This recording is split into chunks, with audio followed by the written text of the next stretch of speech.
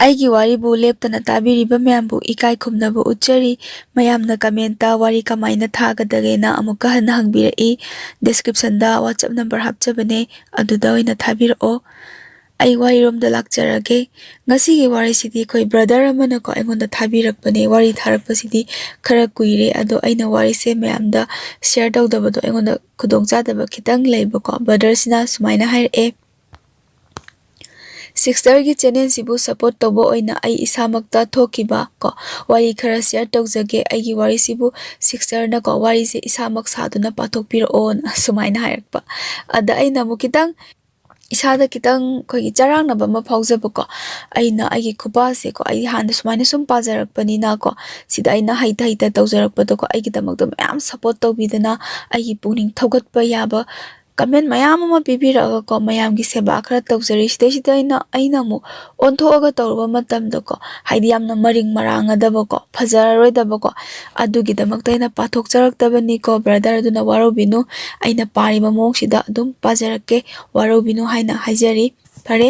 ꯑꯩ ꯋꯥꯔꯤꯁꯦ ꯍꯧꯖꯔꯛꯑꯒꯦ꯫ ꯑꯗ ꯍꯧꯖꯤꯛꯀꯤ ꯕ꯭ꯔꯗꯔꯁꯤꯅꯀꯣ ꯋꯥꯔꯤꯁꯦ ꯃꯃꯤꯡꯁꯦꯀꯣ ꯃꯥꯅ ꯑꯗꯨꯝ ꯍꯥꯏꯗꯤ ꯃꯥ ꯃꯁꯥꯅꯀꯣ ꯃꯥꯒꯤ ꯑꯄꯥꯝꯕ ꯍꯥꯏꯕ ꯇꯥꯔꯦꯅꯦ, ꯃꯥꯒꯤ ꯃꯃꯤꯡ ꯊꯣꯟꯖꯔꯛꯏ꯫ ꯋꯥꯔꯤꯁꯤꯒꯤ ꯃꯃꯤꯡꯅꯀꯣ ꯊꯃꯣꯏ ꯁꯦꯡꯕ ꯊꯤꯕꯤꯌꯣ ꯅꯨꯡꯁꯤꯕꯥꯅ ꯍꯥꯏꯀꯣ꯫ ꯑꯗ ꯕ꯭ꯔꯗꯔꯁꯦ ꯃꯥꯁꯦ ꯑꯉꯥꯡ ꯑꯣꯏꯔꯤꯉꯩꯗꯒꯤꯀꯣ ꯃꯥꯁꯦ ꯑꯗꯨꯛꯀꯤ ꯃꯇꯤꯛ ꯅꯤꯡꯕ ꯊꯨꯡꯕ ꯃꯤꯁꯛ ꯑꯃ ꯑꯣꯏꯔꯛꯏ꯫ ꯃꯥꯒꯤꯅꯤ ꯍꯥꯏꯕꯗ ꯀꯔꯤꯝꯇ ꯑꯋꯥꯠꯄ ꯑꯃꯠꯇ ꯂꯩꯇꯦꯕꯀꯣ꯫ ꯑꯗꯩ ꯃꯥꯁꯦ ꯑꯉꯥꯡ ꯑꯣꯏꯔꯤꯉꯩꯗ ꯌꯥꯝꯅ ꯅꯣꯏꯔꯛꯑꯦ ꯍꯥꯏꯕꯀꯣ, ꯌꯥꯝ ꯀꯥ ꯍꯦꯟꯅ ꯅꯣꯏꯔꯛꯄ ꯃꯤ ꯑꯃ ꯑꯣꯏꯕꯖꯥꯠꯅꯤ꯫ ꯀ꯭ꯂꯥꯁ 6-7 ꯀꯥꯕ ꯁ꯭ꯋꯥꯏꯗ ꯑꯩꯈꯣꯏꯒꯤ ꯅꯨꯄꯤ ꯀꯣꯏꯕ ꯃꯃꯥꯟꯅꯕꯁꯤꯡꯁꯤꯅꯅꯦꯀꯣ, ꯃꯥ ꯍꯥꯏꯗꯤ ꯅꯨꯄꯤ ꯀꯣꯏꯕꯒꯤ ꯋꯥꯔꯤꯒ ꯁꯥꯟꯅꯔꯛꯑꯦ ꯍꯥꯏꯌꯦꯕꯀꯣ꯫ ꯑꯗꯩ ꯃꯥꯁꯦ ꯃꯇꯝꯁꯤꯗ ꯃꯥꯅ ꯄꯥꯝꯖꯕ ꯅꯨꯡꯁꯤꯖꯕ ꯅꯨꯄꯤꯁꯨ ꯌꯥꯎꯏ ꯍꯥꯏ꯫ ꯀ꯭ꯂꯥꯁ 6-7 ꯀꯥꯗ ꯉꯥꯏ, ꯏꯔꯥꯡ ꯌꯥꯝ ꯇꯧꯋꯦ꯫ ꯑꯗꯨꯗꯒꯤꯗꯤ ꯌꯥꯎꯕꯁꯤꯗ ꯃꯥꯅꯗꯤ ꯍꯥꯏꯔꯛꯇꯦ ꯍꯥꯏꯕ, ꯍꯥꯏꯗ꯭ꯔꯤ ꯃꯔꯝꯁꯤꯗ ꯃꯥ ꯃꯁꯥꯁꯦ ꯅꯣꯏꯕꯅꯤꯅꯀꯣ ꯅꯨꯄꯤꯁꯤꯅ ꯌꯥꯔꯛꯑꯣꯏꯅ ꯈꯟꯕꯒꯤ ꯃꯥꯁꯦ ꯍꯥꯏꯗꯕ ꯍꯥꯏꯇꯥꯔꯦꯀꯣ, ꯄꯥꯝꯖꯕ ꯂꯩꯔꯁꯨ꯫ ꯑꯗꯣ ꯅꯨꯄꯤꯁꯤꯡꯅꯁꯨ ꯀꯣꯏꯅꯁꯤ ꯄꯥꯝꯃꯤ ꯀꯥꯟꯗꯤ ꯍꯥꯏꯔꯛꯑꯦ ꯍꯥꯏ꯫ ꯑꯗ ꯃꯥꯁꯦ ꯌꯥꯗꯤ ꯌꯥꯏ ꯍꯥꯏꯕꯀꯣ, ꯃꯤꯅ ꯄꯣꯡꯊꯣꯛꯄ ꯆꯥꯎꯊꯣꯛꯄ ꯃꯥꯟꯈꯤꯅꯤꯅ꯫ ꯑꯗꯩ ꯀꯣꯏꯅꯔꯦ, ꯑꯗꯩ ꯃꯦꯁꯦꯁꯀꯗꯤ ꯈꯔ ꯊꯥꯅꯩꯌꯦ꯫ ꯀ꯭ꯂꯥꯁ 6-7 ꯀꯥꯕꯗꯒꯤ ꯐꯣꯟ ꯄꯥꯏꯔꯗꯤ ꯌꯥꯝ ꯊꯤꯅ ꯃꯔꯝ ꯃꯣꯛꯑꯝꯃꯅꯤ ꯀꯣ꯫ ꯑꯗꯩ ꯌꯥꯝ ꯀꯨꯏꯅꯗꯤ ꯂꯣꯏꯅꯈꯤꯗꯦ ꯍꯥꯏ꯫ ꯁꯤꯒꯤ ꯃꯇꯝꯗꯒꯤ ꯆꯦꯟꯅꯥꯏꯗ ꯍꯧꯖꯤꯛꯀꯤ ꯕ꯭ꯔꯗꯔꯁꯦ ꯃꯥꯁꯦ ꯂꯥꯏꯔꯤꯛ ꯇꯝꯕ ꯆꯪꯉꯦ꯫ ꯂꯥꯏꯔꯤꯛ ꯇꯝꯕ ꯆꯪꯕꯁꯦ ꯃꯥ ꯆꯍꯤ ꯑꯃꯈꯛ ꯇꯝꯃꯦ ꯍꯥꯏꯕꯀꯣ꯫ ꯁꯤꯗꯒꯤ ꯃꯥꯁꯦ ꯅꯣꯏꯔꯝꯕꯁꯦ ꯌꯥꯝꯅ ꯍꯟꯊꯔꯦ ꯍꯥꯏꯀꯣ꯫ ꯋꯦꯗꯔ ꯆꯦꯟꯖ ꯇꯧꯕꯅꯔ ꯀꯩꯅꯣ ꯃꯥꯁꯦ ꯃꯌꯥꯡꯒꯁꯦ ꯀꯪꯉꯒ ꯌꯥꯝ ꯊꯤꯅ ꯄꯣꯁ ꯇꯥꯔꯒ ꯃꯥꯁꯦ ꯊꯣꯛꯂꯛꯑꯦꯀꯣ꯫ ꯅꯨꯄꯤ ꯃꯁꯛ ꯐꯖꯕ ꯀꯌꯥ ꯑꯃꯅꯁꯨ ꯃꯉꯣꯟꯗ ꯇꯥꯟꯅꯔꯛꯑꯦꯀꯣ꯫ ꯅꯨꯄꯤꯅꯁꯨ ꯍꯥꯏꯔꯛꯑꯦ, ꯑꯗꯨꯕꯨ ꯃꯥ ꯏꯟꯇꯔꯦꯁ ꯂꯩꯇꯕꯅꯤꯅ ꯀꯣ ꯀꯣꯏꯗꯤ ꯀꯣꯏꯅꯤꯡꯗꯦ, ꯑꯗꯨꯕꯨ ꯌꯦꯁ ꯍꯥꯏꯅꯗꯤ ꯈꯨꯝꯒꯦ ꯍꯥꯏꯕ, ꯍꯥꯏꯗꯤ ꯄꯣꯡꯊꯣꯛꯄ ꯆꯥꯎꯊꯣꯛꯄ ꯃꯥꯟꯈꯤꯗꯅꯕꯀꯣ꯫ ꯌꯥꯝ ꯀꯨꯏꯅꯗꯤ ꯀꯩꯁꯨ ꯂꯣꯏꯅꯗꯦ ꯍꯥꯏꯌꯦ꯫ ꯁꯤꯒꯤ ꯃꯇꯝꯁꯤꯗ ꯃꯥꯅ ꯄꯥꯝꯕꯁꯦ ꯃꯥꯁꯦ ꯀꯣꯏꯕ ꯂꯥꯡꯕ ꯀꯣ, ꯂꯝ ꯌꯦꯡꯕꯁꯤ ꯑꯣꯏꯅ ꯄꯥꯝꯃꯦ ꯍꯥꯏꯌꯦ꯫ ꯑꯗꯩ ꯅꯣꯡꯃ ꯃꯃꯥꯟꯅꯕꯁꯤꯡꯁꯤꯒ ꯄꯨꯟꯕꯗ ꯑꯩꯈꯣꯏꯒꯤ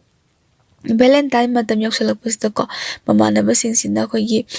ꯃꯥꯒꯤ ꯅꯨꯄꯤꯁꯤꯡꯗ ꯒꯤꯐ ꯄꯤꯕ ꯃꯇꯝꯁꯤꯗ ꯍꯪꯅꯕꯗꯣ, ꯁꯤ ꯄꯤꯕꯅ ꯐꯗꯣꯏꯔꯥ ꯀꯩꯅ ꯐꯗꯣꯏꯅꯣ ꯍꯪꯕꯁꯤꯗ ꯃꯥꯅ ꯈꯟꯈꯤꯕꯗꯣ, ꯅꯨꯄꯤꯗ ꯒꯤꯐ ꯄꯤꯕꯁꯤꯕꯨ ꯀꯃꯥꯏꯅ ꯇꯧꯕꯖꯥꯠꯅꯣ, ꯀꯔꯤ ꯐꯥꯎꯕꯖꯥꯠꯅꯣ ꯀꯥꯏꯅ ꯈꯟꯖꯕꯗꯣ꯫ ꯁꯤ ꯃꯥꯅ ꯈꯜꯂꯒ ꯃꯥꯁꯦ ꯌꯨꯝꯗ ꯍꯜꯂꯛꯑꯦ꯫ ꯌꯨꯝꯗ ꯍꯜꯂꯛꯑꯒꯀꯣ ꯃꯥꯁꯦ ꯑꯩꯈꯣꯏ FBꯗ ꯆꯪꯉꯒ ꯃꯥꯅ ꯅꯨꯄꯤ ꯑꯃꯗ ꯐ꯭ꯔꯦꯟ ꯔꯤꯀ꯭ꯋꯦꯁ ꯊꯥꯖꯤꯜꯂꯦ꯫ ꯑꯗꯩ ꯅꯨꯄꯤꯁꯤꯁꯨ ꯃꯥꯁꯨ ꯑꯦꯛꯁꯦꯞ ꯇꯧꯔꯛꯑꯦ꯫ ꯁꯤꯗꯒꯤ ꯃꯣꯏꯕꯥꯅꯤ ꯄꯥꯎ ꯐꯥꯎꯅꯔꯦ꯫ ꯁꯤꯁꯤꯅ ꯃꯥꯒꯤ ꯐꯥꯔꯁ ꯂꯞ ꯑꯣꯏꯗꯣꯏꯅꯦꯕꯀꯣ꯫ ꯑꯗꯩ ꯃꯣꯏꯕꯥꯅꯤꯁꯦ ꯑꯩꯈꯣꯏꯒꯤ ꯃꯇꯝ ꯈꯔ ꯂꯣꯏꯅꯔꯦꯀꯣ꯫ ꯑꯗꯩ ꯐꯣꯇꯣꯒ ꯊꯥꯅꯔꯦ꯫ ꯃꯁꯛꯁꯦ ꯑꯗꯨꯛꯀꯤ ꯃꯇꯤꯛ ꯅꯨꯡꯁꯤ ꯍꯥꯏꯌꯦ ꯅꯨꯄꯤꯁꯦꯀꯣ, ꯃꯥꯒꯤꯁꯨ ꯊꯥꯔꯦ꯫ ꯃꯥꯁꯨ ꯃꯁꯛ ꯌꯥꯝ ꯐꯖꯩ ꯀꯥꯏꯅ ꯍꯥꯏꯔꯛꯑꯦ ꯍꯥꯏꯌꯦꯕꯀꯣ꯫ ꯑꯗꯩ ꯁꯤꯒꯤ ꯃꯇꯝꯁꯤꯗ ꯃꯥꯒꯤ ꯑꯣꯏꯅ ꯃꯥꯁꯦ ꯃꯁꯛꯁꯦ ꯑꯗꯨꯛꯀꯤ ꯃꯇꯤꯛ ꯐꯖꯩꯌꯦ, ꯃꯉꯣꯟꯗꯩ ꯆꯍꯤ 5-10 ꯍꯟꯕꯀꯣ꯫ ꯍꯥꯏꯗꯤ ꯃꯌꯥꯝꯕꯁꯤꯡꯒ ꯃꯥꯁꯦ ꯄꯨꯜꯂꯦ ꯍꯥꯏꯕꯀꯣ꯫ ꯅꯪꯗꯤ ꯅꯁꯛ ꯑꯇꯩ ꯐꯖꯕꯅꯤꯅ ꯅꯨꯄꯤ 4-5 ꯀꯣꯏꯁꯜꯂꯣ ꯏꯕꯣ ꯀꯥꯏꯅ ꯁꯨꯃꯥꯏꯅꯒ ꯍꯥꯏꯌꯦ꯫ ꯑꯗꯣ ꯃꯥꯗꯤ ꯀꯣꯏꯅꯤꯡꯗꯦ ꯍꯥꯏꯕꯀꯣ, ꯅꯨꯄꯤꯁꯦ ꯏꯟꯇꯔꯦꯁ ꯁꯨꯡꯂꯩ ꯂꯩꯇꯕꯅꯤꯅꯀꯣ ꯀꯣꯏꯗꯦ꯫ ꯃꯥꯅ ꯃꯥꯒꯤ ꯐꯥꯔꯁ ꯂꯞꯁꯦ ꯈꯪꯅꯕ ꯃꯇꯝꯁꯤꯗ ꯃꯥꯁꯦ ꯆꯍꯤ 19 ꯁꯨꯔꯦ, ꯑꯗꯨꯒ ꯃꯥꯒꯤ ꯈꯪꯅꯔꯤꯕ ꯅꯨꯄꯤꯁꯤꯅ ꯆꯍꯤ 13 ꯁꯨꯔꯦ꯫ ꯃꯥꯅ ꯆꯍꯤ 2 ꯍꯜꯂꯦ ꯍꯥꯏꯌꯦꯀꯣ꯫ ꯑꯗꯩ ꯃꯣꯏꯕꯥꯅꯤꯁꯤꯅ ꯏꯍꯥꯟ ꯍꯥꯟꯅ ꯎꯅꯕ ꯅꯨꯃꯤꯠꯁꯦꯀꯣ, ꯃꯣꯏ ꯅꯨꯄꯤꯁꯤꯒꯤ ꯏꯃꯨꯡꯁꯤꯁꯨ ꯑꯗꯨꯝ ꯏꯃꯨꯡ ꯃꯅꯨꯡ ꯌꯥꯝ ꯅꯨꯡꯉꯥꯏꯕ ꯏꯃꯨꯡꯅꯤ ꯍꯥꯏꯕꯀꯣ, ꯀꯩꯁꯨ ꯋꯥꯕ ꯏꯃꯨꯡ ꯅꯠꯇꯦ ꯍꯥꯏ꯫ ihan hana unabasta hu nupise mama khatnaye na mase magic gari ama tonga made chalaba jani da chalaga sta gari tongminaba amagi imung da leire aibom ta loba la on haiba jani da stagi brother sida masu loba chatle ko de mana ima khanai du kai gino khot kino haraga mase koi loba chaluraga thengnaba matam sida ko mase masakse khenarama ba hai tare dugi mati khenarami photo daga thara iduga adagi Gegi duga yam thirama ba ko nupi se de hojiki brother sin hai nang photo kana sak mana de na adagi first love sin ko me ko edit ne na edit to wi phajai ni sini na tra chum draw mi hai to chume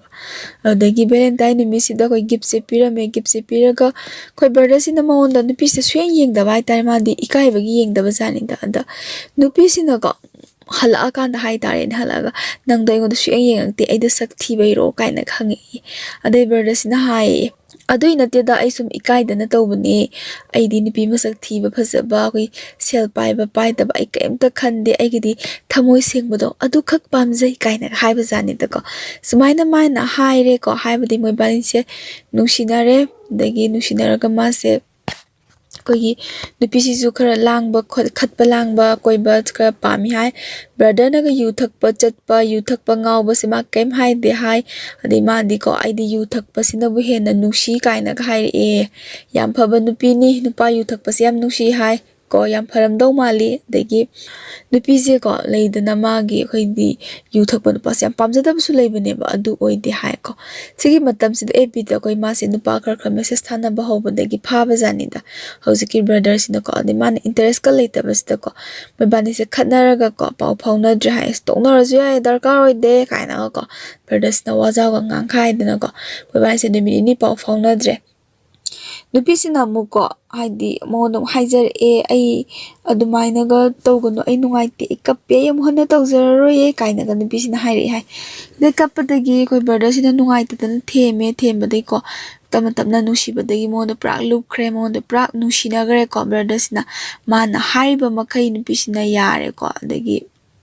adum nupi sidi nupa khar ka dum message thana ba du su brother na tawgono khot kanu ka dum chai hai ko de nupi sina ga hai na se romantic kem to oija de nupa ni kaina ga hai sumaina hai bis de brother se ikai khangbra as kainu romantic ba su kamai tawja no kaina khan ba do ko le matam sida mo se melayeng ba ka chami nei hai ko le melayeng ba sida ga koi mama dagi ka matam sil pachani ga loroga ga yenge ye dagi mana adumai ga tawraga kogi yam phajana nungsina na loinare ma se pungaw gre hai ba ko nupi sida ko moigi mama hoi ga su dum khangnare hai phai di first love ki mama hoi ga su ko khangnar moi da ka chamina da na tawi hai ko yam pharam ga ni ko haji angang ori da koina raga ko yum da ga pusala ga chaka pijai ko hoi first love ki mama se yam phai dagi numit khudingi moi bani se dum unai hai bia hadi walking se numit khudingi dum chamina ye like tiam phajana paramani numit khudingi de chatladi na chumi ko adai mayam su comment ta thambiramo yam nungsinaraba do moi bani se ko adagi moi bani se ma se naw chawba hor e ko magi first love se naw chawba hor e ko magi khogi dress leimin naruji la haidana chatle de dress leiba kai se ko mayam sina ko hojiki brother di mang on mun yeng pa de haidi madi atoki matik masak phajabani na manga sai sa haijai dana ko mas atoki matik masak phajabanu pa ma oibani na ko khoi nu pa mayam sina yeng pas da ko hojiki magi nungsina ba nupi si sawi haide nupina ga yeng nupina yeng budi dokta nang se nupa na ga yeng e kai paira lai thokre ye kai nupi nu si ba kai nu ne adegi si su brother na themi haibadi tumaina tawgono kai na ga haibadi nupi se pangsaw ga sawe ba tare ko aidi harawam tokdro aidi aiga chaminari ba aigi nungshiba nupa do nupa te ni yeng se mas atoki matik phajara bane ba haraw ge te haidana mana sawe ade nong masu cake chaninge haidana ko khoi gi brother sina ma se cake se hanghaudra ba ko chocolate ki cake sidi mayam pamna bani nam ko mana chocolate ki cake se leibiraga piba janida aduga dine magi first up sina chaning de adu na te na lang thore e lambi sida khangabra kaya di phagre sigi nupi se adagi hojiki phone ga se thukai dana ko brother gi phone ga se thukai dana mana lambi sida ka ta mana ngamme haibagi yamna usitri ni khangde ma tawbira bra khangde brother sida ada mana chani ba cakes na koi bakery gi cake se oiram ma ba ko ado ꯑꯗꯨꯃꯥꯏꯅ ꯃꯥꯅ ꯈꯪꯗꯕꯅꯤꯅ ꯍꯪꯁꯨ ꯍꯪꯍꯧꯗ꯭ꯔꯕꯅꯤꯅꯀꯣ ꯃꯥꯁꯦ ꯌꯥꯝ ꯏꯀꯥꯏꯔꯕꯀꯣ ꯑꯗꯨꯃꯥꯏꯅꯒ ꯊꯧꯗꯣꯛ ꯀꯌꯥ ꯑꯃ ꯊꯣꯛꯈꯤ ꯍꯥꯏꯌꯦꯀꯣ ꯑꯗꯩ ꯅꯣꯡꯃꯁꯨ ꯑꯩꯈꯣꯏꯒꯤ ꯀꯔꯤꯅꯣ ꯋꯥꯍꯧ ꯑꯃꯗꯒꯤ ꯍꯥꯏꯕ ꯇꯥꯔꯦ ꯃꯣꯏꯁꯦ ꯋꯥꯍꯧ ꯑꯃꯗꯒꯤ ꯈꯠꯅꯔꯕ ꯑꯗꯩ ꯈꯠꯅꯕꯁꯤꯗꯒꯤ ꯑꯩꯈꯣꯏꯒꯤ ꯕ꯭ꯔꯗꯔꯁꯤꯅ ꯅꯪ ꯑꯩ ꯀꯩꯗꯧ ꯍꯥꯏꯕꯅꯣ ꯑꯩꯅ ꯀꯩꯗꯧꯔꯒꯗꯤ ꯅꯪ ꯐꯗꯣꯏꯅꯣ ꯀꯥꯏꯅꯒ ꯈꯥꯡꯕ ꯉꯝꯗꯕꯩ ꯍꯥꯏꯕꯁꯤꯗ ꯅꯨꯄꯤꯁꯤꯅ ꯍꯥꯏꯔꯤ ꯎ ꯃꯣꯔꯣꯛ ꯆꯥꯎ ꯍꯥꯏꯌꯦ ꯈꯪꯕ꯭ꯔꯥ ꯁꯤ ꯅꯨꯄꯤꯁꯦ ꯑꯩ ꯑꯣꯏꯔꯗꯤ ꯁꯨꯡꯀꯣꯏ ꯀꯣꯏꯔꯣꯏ ꯀꯥꯏꯅ ꯊꯣꯛꯀꯅꯤ ꯅꯨꯄꯤꯕꯨ ꯅꯊꯟꯗꯔꯣ ꯀꯥꯏꯅꯒ ꯍꯥꯏꯔꯗꯤ ꯀꯥꯏꯅ ꯊꯣꯛꯀꯅꯦꯕꯀꯣ ꯑꯗ ꯍꯧꯖꯤꯛꯀꯤ ꯕ꯭ꯔꯗꯔꯁꯤꯅ ꯍꯣꯏ ꯍꯣꯏ ꯑꯩ ꯆꯥꯒꯦ ꯍꯥꯏꯔꯒ ꯃꯥ ꯅꯨꯡꯁꯤꯕꯒꯤ ꯑꯣꯏꯔꯝꯅꯤ ꯊꯃꯣꯏ ꯁꯦꯡꯅ ꯅꯨꯡꯁꯤꯕꯒꯤ ꯑꯣꯏꯖꯔꯝꯅꯦꯕꯀꯣ ꯑꯩ ꯆꯥꯒꯦ ꯍꯥꯏꯔꯒ ꯃꯥꯁꯦ ꯃꯣꯔꯣꯛꯁꯦ ꯑꯩꯈꯣꯏ ꯅꯨꯄꯥ ꯊꯣꯛꯎ ꯍꯥꯏꯁꯅꯨ ꯈꯟꯕꯩꯔꯥ ꯀꯩꯅꯣ ꯃꯥ ꯃꯣꯔꯣꯛꯁꯦ ꯆꯥꯔꯦ ꯆꯥꯕꯗ ꯚꯤꯗꯤꯑꯣ ꯀꯣꯜꯁꯦ ꯇꯧꯔ ꯃꯣꯔꯣꯛꯁꯦ ꯆꯥꯕꯗꯩ ꯃꯥꯁꯦ ꯍꯦꯛꯇ ꯃꯕꯨꯛꯁꯦ ꯆꯥꯛꯄ ꯈꯥꯡꯕ ꯉꯝꯗꯗꯅ ꯃꯥꯁꯦ ꯄꯨꯔꯥ ꯀꯩꯅꯣ ꯇꯧꯔꯕ ꯅꯨꯄꯤꯁꯤ ꯄꯥꯈꯠꯇꯅ ꯐꯣꯟꯁꯦ ꯀꯛꯊꯠꯈ꯭ꯔꯦꯌꯦ ꯌꯥꯝ ꯊꯃꯣꯏ ꯁꯦꯡꯉꯦ ꯅꯨꯄꯤꯁꯦ ꯍꯥꯏꯗꯤ ꯅꯨꯄꯥꯁꯦ ꯎ ꯃꯣꯔꯣꯛ ꯆꯥꯔꯒ ꯆꯩꯅꯥ ꯈꯥꯡꯉꯝꯗꯅ ꯃꯥꯗꯤ ꯐꯣꯟ ꯀꯛꯊꯠꯂꯦ ꯌꯥꯝ ꯐꯔꯝꯅꯤ ꯍꯣꯁꯄꯤꯇꯥꯜꯗ ꯄꯨꯈꯠꯂꯦꯀꯣ ꯑꯗꯨ ꯅꯨꯃꯤꯠꯇꯨꯗ ꯑꯗꯨꯝ ꯄꯨꯊꯔꯛꯑꯦ ꯑꯗꯨꯗꯒꯤ ꯍꯜꯂꯛꯄꯁꯤꯗꯀꯣ ꯃꯥꯅ ꯍꯥꯏꯗꯤ ꯀꯣꯜ ꯇꯧꯔꯛꯄꯁꯤꯗ ꯍꯧꯖꯤꯛꯀꯤ ꯐꯣꯟꯁꯦ ꯍꯧꯖꯤꯛ ꯕ꯭ꯔꯗꯔꯁꯤ ꯃꯃꯥꯁꯤꯅ ꯄꯥꯏꯈꯠꯂꯒ ꯍꯥꯏꯕꯖꯥꯠꯅꯤꯗ ꯁꯨꯃꯥꯏꯅ ꯍꯥꯏꯔꯨꯕꯖꯥꯠꯅꯤꯗ ꯐꯥꯒꯤ ꯇꯧꯅꯕꯗꯅꯦ ꯃꯤ ꯁꯤꯕ ꯌꯥꯎꯅꯤꯀꯣ ꯍꯥꯏꯕꯁꯤꯗ ꯑꯗ ꯃꯥꯁꯦ ꯁꯨꯃꯥꯏꯅ ꯍꯥꯏꯕꯗꯒꯤ ꯍꯧꯖꯤꯛꯀꯤ ꯅꯨꯄꯤꯁꯦꯀꯣ ꯍꯧꯖꯤꯛ ꯐꯥꯔꯁ ꯂꯞꯁꯦ ꯐꯣꯟꯁꯦ ꯀꯛꯈ꯭ꯔꯒ ꯁꯤꯝꯁꯦ ꯊꯨꯗꯦꯛꯈ꯭ꯔꯕꯀꯣ ꯃꯥꯗꯤ ꯄꯥꯈꯠꯄꯒꯤ ꯑꯣꯏꯕꯖꯥꯠꯅꯤꯗ ꯍꯥꯏꯕꯗꯤ ꯀꯔꯤꯒꯨꯝꯕ ꯕ꯭ꯔꯗꯔꯁꯤꯅ ꯐꯠꯇ ꯅꯨꯡꯗ ꯊꯣꯛꯈꯤꯕꯗꯨꯗ ꯃꯥ ꯆꯦꯟꯅꯔꯛꯀꯅꯤ ꯀꯥꯏꯅꯒ ꯄꯥꯈꯠꯂꯤꯔ ꯈꯪꯗꯦ ꯃꯕꯨꯛ ꯑꯣꯟꯊꯣꯛꯅ ꯐꯈ꯭ꯔꯦ ꯅꯠꯇ꯭ꯔꯥ ꯑꯗꯩ ꯐꯣꯟꯁꯦ ꯇꯧꯕꯗ ꯑꯣꯐ ꯂꯩꯔꯝꯃꯦꯀꯣ ꯑꯗꯩ ꯑꯣꯐ ꯂꯩꯔꯝꯕꯗꯒꯤ ꯕ꯭ꯔꯗꯔꯁꯤꯅ ꯃꯣꯏꯒꯤ ꯃꯃꯥꯒꯤ ꯐꯣꯟ ꯅꯝꯕꯔꯁꯦ ꯈꯪꯅꯕꯅꯤꯅ ꯃꯃꯥꯗ ꯐꯣꯟ ꯇꯧꯔꯦ ꯑꯗꯨꯒ ꯃꯃꯥ ꯃꯥꯏ ꯐꯣꯟ ꯑꯣꯐ ꯂꯩꯔꯦ ꯃꯥ ꯑꯝꯇ ꯄꯥꯏꯍꯜꯂꯛꯑꯣꯅ ꯍꯥꯏꯕꯁꯤꯗ ꯍꯥꯏꯔꯦ ꯑꯗꯒꯤ ꯑꯩꯗꯣ ꯍꯣꯁꯄꯤꯇꯥꯜꯗ ꯄꯨꯈꯠꯄꯅꯦ ꯑꯗ ꯑꯩꯈꯣꯏ ꯃꯥꯅ ꯅꯨꯡꯉꯥꯏꯇꯗꯅ ꯅꯪꯉꯣꯟꯗ ꯍꯥꯏꯕꯅꯤ ꯅꯪ ꯁꯥꯎꯅꯨꯅ ꯑꯃꯨꯛꯁꯨ ꯊꯦꯝꯃꯦꯌꯦ ꯎ ꯃꯣꯔꯣꯛ ꯆꯥꯕ ꯃꯥꯅꯅꯦ ꯎ ꯃꯣꯔꯣꯛ ꯄꯤꯖꯔꯤꯕ ꯅꯨꯄꯤꯗꯨꯗ ꯊꯦꯝꯃꯦ ꯑꯩ ꯑꯣꯏꯗꯤ ꯊꯦꯝꯃꯣꯏ ꯀꯥꯏꯅꯅꯤ ꯑꯩꯗꯤ ꯑꯁꯦꯡꯕꯩ ꯀꯥꯏꯅꯅꯤ ꯍꯥꯏꯁꯤꯅꯤ ꯑꯗꯨꯃꯥꯏꯅ ꯇꯧꯕꯗꯒꯤ ꯃꯥꯁꯨ ꯄꯥꯈꯠꯇꯅ ꯁꯤꯝꯗꯣ ꯊꯨꯗꯦꯛꯈ꯭ꯔꯦꯅ ꯍꯥꯏꯔꯦ ꯐꯔꯦꯁꯦ ꯀꯩꯗꯧꯔꯒꯦꯅ ꯍꯥꯏꯅꯔꯦ ꯋꯥꯁꯦ ꯂꯣꯏꯁꯟꯅꯈ꯭ꯔꯦꯀꯣ ꯎ ꯃꯣꯔꯣꯛꯀꯤ ꯋꯥꯔꯤꯁꯦ ꯂꯣꯏꯁꯟꯅꯈ꯭ꯔꯦ ꯑꯗꯩ ꯁꯤꯒꯤ ꯃꯇꯝꯁꯤꯗ ꯑꯃꯨꯛ ꯃꯥꯒꯤ ꯐꯥꯔꯁ ꯂꯞꯁꯤꯅ ꯍꯥꯏꯔꯛꯏꯁꯦ ꯑꯩꯈꯣꯏꯒꯤ ꯏꯕꯥꯅꯤ ꯂꯨꯍꯣꯡꯁꯦ ꯍꯥꯏꯕ ꯑꯣꯏꯔꯗꯤꯅꯦꯀꯣ ꯅꯣꯏ ꯃꯥꯁꯦ ꯁꯤꯈ꯭ꯔꯕ ꯑꯃ ꯅꯠꯇ꯭ꯔꯒ ꯇꯣꯉꯥꯟꯅ ꯌꯨꯝ ꯁꯥꯔꯀꯥꯟꯗ ꯅꯠꯇ꯭ꯔꯗꯤ ꯑꯩ ꯅꯣꯏꯗ ꯂꯨꯍꯣꯡꯕ ꯉꯝꯃꯣꯏ ꯍꯥꯏꯔꯛꯏ ꯁꯤꯒꯤ ꯋꯥꯔꯤꯁꯦ ꯇꯥꯕꯁꯤꯗ ꯑꯩꯈꯣꯏꯒꯤ ꯕ꯭ꯔꯗꯔꯁꯦ ꯑꯗꯨꯛꯀꯤ ꯃꯇꯤꯛ ꯃꯥꯁꯦ ꯊꯋꯥꯏ ꯅꯨꯡꯉꯥꯏꯇ꯭ꯔꯕꯀꯣ ꯃꯥꯁꯦ ꯑꯩꯈꯣꯏ ꯃꯥꯁꯤꯅ ꯍꯥꯏꯔꯤꯕ ꯋꯥꯁꯤꯕꯨ ꯀꯌꯥꯃꯨꯛ ꯌꯥꯝꯅ ꯀꯥꯏꯕ ꯋꯥ ꯑꯣꯏꯔꯖꯥꯠꯅꯣꯅ ꯃꯥꯁꯦ ꯈꯟꯖꯕꯗꯣꯀꯣ ꯑꯗꯨꯗꯩ ꯃꯥꯁꯦ ꯌꯥꯝ ꯅꯨꯡꯉꯥꯏꯇ꯭ꯔꯦꯀꯣ ꯑꯗꯩ ꯃꯥꯁꯦ ꯁꯨꯝ ꯅꯨꯡꯉꯥꯏꯇꯕꯗꯣ ꯍꯦꯟꯖꯜꯂꯛꯑꯦ ꯋꯥꯈꯜꯁꯤꯗ ꯁꯨꯝ ꯃꯈꯜ ꯀꯣ ꯏꯃꯥ ꯅꯪꯅ ꯍꯥꯏꯔꯤꯗꯨꯕꯨ ꯀꯌꯥꯃꯨꯛ ꯌꯥꯝ ꯀꯥꯏꯔꯕ ꯑꯣꯏꯖꯥꯠꯅꯣꯅ ꯃꯥꯁꯦ ꯋꯥꯈꯜ ꯅꯨꯡꯉꯥꯏꯇꯕ ꯁꯨꯝ ꯍꯧꯔꯛꯑꯦꯕꯀꯣ ꯁꯤꯗꯒꯤ ꯃꯥꯁꯦ ꯑꯩꯈꯣꯏ ꯅꯨꯡꯒ ꯅꯨꯡꯁꯤꯔꯨꯕ ꯀꯧꯕꯅꯤꯅꯀꯣ ꯃꯥꯁꯦ ꯌꯥꯝꯅ ꯅꯨꯡꯉꯥꯏꯖꯗꯕꯗꯣꯀꯣ ꯁ꯭ꯋꯥꯏ ꯃꯇꯥꯡꯁꯤꯗꯀꯣ ꯍꯥꯏꯗꯤ ꯁꯤꯒꯤ ꯃꯔꯛꯁꯤꯗꯁꯨ ꯑꯩꯈꯣꯏ ꯍꯧꯖꯤꯛꯀꯤ ꯕ꯭ꯔꯗꯔꯁꯤꯗꯀꯣ ꯃꯥꯕꯨ ꯄꯥꯝꯖꯩ ꯃꯥꯕꯨ ꯅꯨꯡꯁꯤꯖꯩ ꯍꯥꯏꯕ ꯅꯨꯄꯤꯁꯤꯁꯨ ꯂꯩꯔꯤꯅꯦ ꯈꯪꯕ꯭ꯔꯥ ꯃꯥꯒꯤ ꯃꯃꯥꯟꯅꯕꯒꯤ ꯑꯩꯈꯣꯏꯒꯤ ꯀꯖꯤꯟ ꯀꯣ ꯃꯆꯦꯁꯤꯡ ꯊꯣꯛꯄꯁꯤꯡꯁꯤꯅꯀꯣ ꯅꯨꯡꯁꯤ ꯄꯥꯝꯃꯤ ꯀꯥꯟꯅ ꯍꯥꯏꯔꯛꯏ ꯃꯥ ꯌꯥꯗꯦ ꯑꯗꯩ ꯑꯩꯈꯣꯏ ꯌꯦꯟ KG 4ꯒꯁꯦ ꯄꯤꯔꯛꯇꯅꯀꯣ ꯅꯃꯥꯟꯅꯕ ꯃꯌꯥꯝꯒ ꯆꯥꯃꯤꯟꯅꯧ ꯀꯥꯏꯅ ꯄꯤꯔꯛꯄꯁꯤꯗꯀꯣ ꯍꯧꯖꯤꯛꯀꯤ ꯕ꯭ꯔꯗꯔꯁꯤꯅꯀꯣ ꯃꯥꯅ ꯃꯥꯒꯤ ꯐꯥꯔꯁ ꯂꯞꯁꯦ ꯅꯨꯡꯁꯤꯖꯕꯩ ꯆꯥꯡꯁꯦꯀꯣ ꯑꯗ ꯐꯥꯔꯁ ꯂꯞꯁꯤ ꯃꯣꯏꯗꯒ ꯄꯨꯔꯒꯀꯣ ꯃꯣꯏꯗ ꯑꯣꯏꯅꯒ ꯊꯣꯡꯉꯒ ꯆꯥꯃꯤꯟꯅꯗꯅ ꯇꯧꯋꯦ ꯍꯥꯏꯕꯀꯣ ꯁꯤ ꯐꯥꯎꯅ ꯍꯦꯛ ꯌꯥꯝ ꯇꯧꯖꯈꯤꯕ ꯍꯥꯏꯇꯥꯔꯦꯀꯣ ꯁꯤꯗ ꯑꯗꯩ ꯁꯤꯗꯒꯤ ꯑꯩꯈꯣꯏꯒꯤ ꯀꯩ ꯍꯥꯏꯅꯤ ꯐꯥꯔꯁ ꯂꯞꯀꯤ ꯀꯖꯤꯟꯁꯦꯀꯣ ꯁꯤꯅ ꯍꯥꯏꯔꯛꯏꯌꯦ ꯗꯗꯥ ꯅꯪꯗꯤ ꯑꯩꯈꯣꯏ ꯆꯦꯒ ꯌꯦꯡꯅꯕꯗꯀꯣ ꯗꯗꯥꯅ ꯅꯤꯡꯊꯧ ꯃꯥꯜꯂꯦ ꯑꯩꯈꯣꯏ ꯆꯦꯅ ꯃꯤꯅꯥꯏ ꯃꯥꯜꯂꯦ ꯏꯁ ꯍꯧꯖꯤꯛꯀꯤ ꯕ꯭ꯔꯗꯔꯁꯦ ꯅꯤꯡꯊꯧꯒ ꯃꯥꯜꯂꯤꯀꯣ ꯌꯥꯝ ꯐꯖꯩ ꯃꯥ ꯌꯥꯝ ꯐꯖꯔꯝꯃꯅꯤ ꯃꯤꯅ ꯁꯨꯃꯥꯏꯅ ꯍꯥꯏꯔꯛꯏꯁꯤꯅꯗꯤ ꯑꯗꯣ ꯁꯨꯃꯥꯏꯅꯒ ꯍꯥꯏꯔꯛꯏ ꯑꯗꯨ ꯃꯆꯦꯗꯣ ꯇꯥꯔꯗꯤ ꯐꯨꯕꯤꯗꯅ ꯂꯣꯏꯔꯅꯤ ꯍꯥꯏꯕ ꯑꯩꯈꯣꯏꯕꯥꯅꯤ ꯍꯥꯏꯗꯤ ꯃꯥꯅꯀꯣ ꯁꯨꯃꯥꯏꯅ ꯃꯣꯏꯕꯥꯅꯤꯁꯦ ꯆꯥꯟꯅꯗꯦ ꯈꯣꯠꯇꯦ ꯀꯥꯏꯅ ꯍꯥꯏꯕꯗꯒꯤꯗꯤ ꯌꯥꯝꯅ ꯀꯩꯁꯨꯝ ꯈꯟꯖꯗꯕꯗꯣ ꯍꯧꯖꯤꯛꯀꯤ ꯕ꯭ꯔꯗꯔꯁꯤꯗꯀꯣ ꯃꯉꯣꯟꯗꯁꯨ ꯑꯗꯨꯝ ꯅꯨꯡꯁꯤꯕ ꯑꯗꯨꯝ ꯐꯥꯎꯕꯅꯤꯅ ꯀꯩꯝ ꯈꯟꯗꯦ ꯍꯥꯏꯌꯦꯕꯀꯣ ꯁꯤꯗꯒꯤ ꯃꯣꯏꯕꯥꯅꯤꯁꯦ ꯅꯣꯡꯃ ꯁꯨꯝ ꯆꯠꯄꯁꯤꯗ ꯑꯩꯈꯣꯏꯒꯤ ꯗꯦꯠ ꯇꯧꯔ ꯁꯨꯝ ꯆꯠꯄꯁꯤꯗ ꯑꯩꯈꯣꯏꯒꯤ ꯃꯣꯏꯒꯤ ꯅꯦꯅꯦ ꯑꯃ ꯍꯥꯏꯇꯥꯔꯦꯅꯦꯀꯣ ꯍꯧꯖꯤꯛꯀꯤ ꯕ꯭ꯔꯗꯔꯁꯤꯒꯤ ꯅꯦꯅꯦ ꯑꯃ ꯑꯩꯈꯣꯏ ꯁꯦꯀꯦꯟ ꯍꯦꯟ ꯌꯣꯟꯕ ꯖꯥꯠꯅꯤꯗ ꯑꯗꯨꯏ ꯃꯅꯥꯛꯇ ꯆꯪꯉꯨꯔꯁꯦꯅ ꯍꯥꯏꯗꯅ ꯆꯪꯉꯨꯕ ꯀꯥꯟꯁꯤꯗ ꯅꯨꯃꯤꯠꯁꯦ 12 December ꯀꯣ ꯅꯨꯄꯤ ꯂꯥꯟ ꯅꯨꯃꯤꯠꯅꯤ ꯑꯗꯨꯗ ꯑꯩꯈꯣꯏ ꯅꯦꯅꯦꯒꯤ ꯃꯅꯥꯛꯁꯤꯗ ꯑꯩꯈꯣꯏ ꯕꯣꯕꯣꯛꯁꯦ ꯂꯩꯔꯝꯃꯦ ꯍꯥꯏꯌꯦꯕꯀꯣ ꯍꯧꯖꯤꯛꯀꯤ ꯕ꯭ꯔꯗꯔ ꯍꯣꯏꯒꯤ ꯕꯣꯕꯣꯛꯁꯦ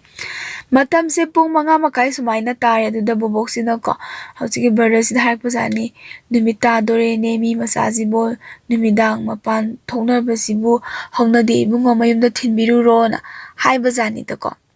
ꯃꯣꯏ ꯃꯌꯨꯝꯒꯤ ꯃꯤꯅꯁꯨ ꯅꯨꯡꯉꯥꯏꯔꯣꯏꯅ ꯍꯥꯏꯔꯛꯄꯗꯨꯗꯀꯣ ꯍꯧꯖꯤꯛꯀꯤ ꯐꯥꯔꯁ ꯂꯞꯁꯦ ꯃꯥꯁꯦ ꯐꯦꯠ ꯂꯥꯎꯔꯒ ꯆꯠꯈ꯭ꯔꯦꯌꯦꯀꯣ ꯑꯗ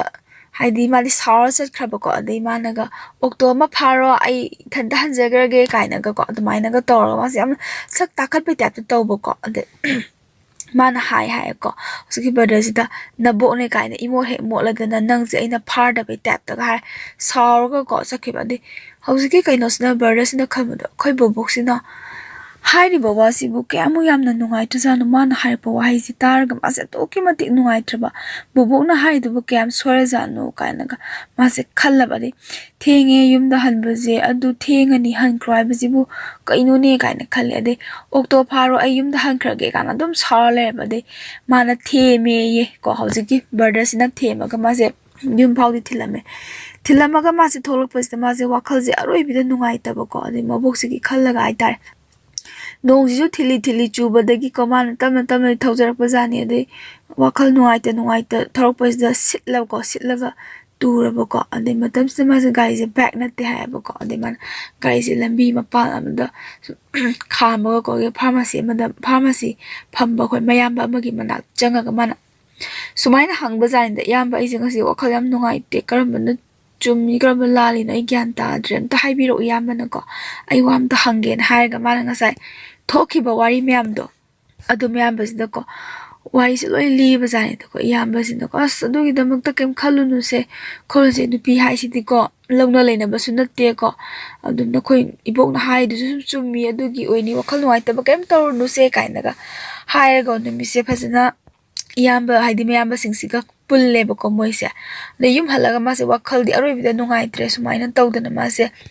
magi first lap si ga ko loina rak pasi do haini gai lete na ko ma se adu ki mati awaba kaya ma ko haining ba kaya ma haingam da mathanda dum phumjalaga dum kanam da haidok ta bi da ma se khanga ga dum loina re hai ba ko magi mo mu taw se ko adu hongak pa di dum hongak pa se mana ure ba ko adu mana di yam nungsi ja ba ko ma do adagi first lap ni na ko amna kai haini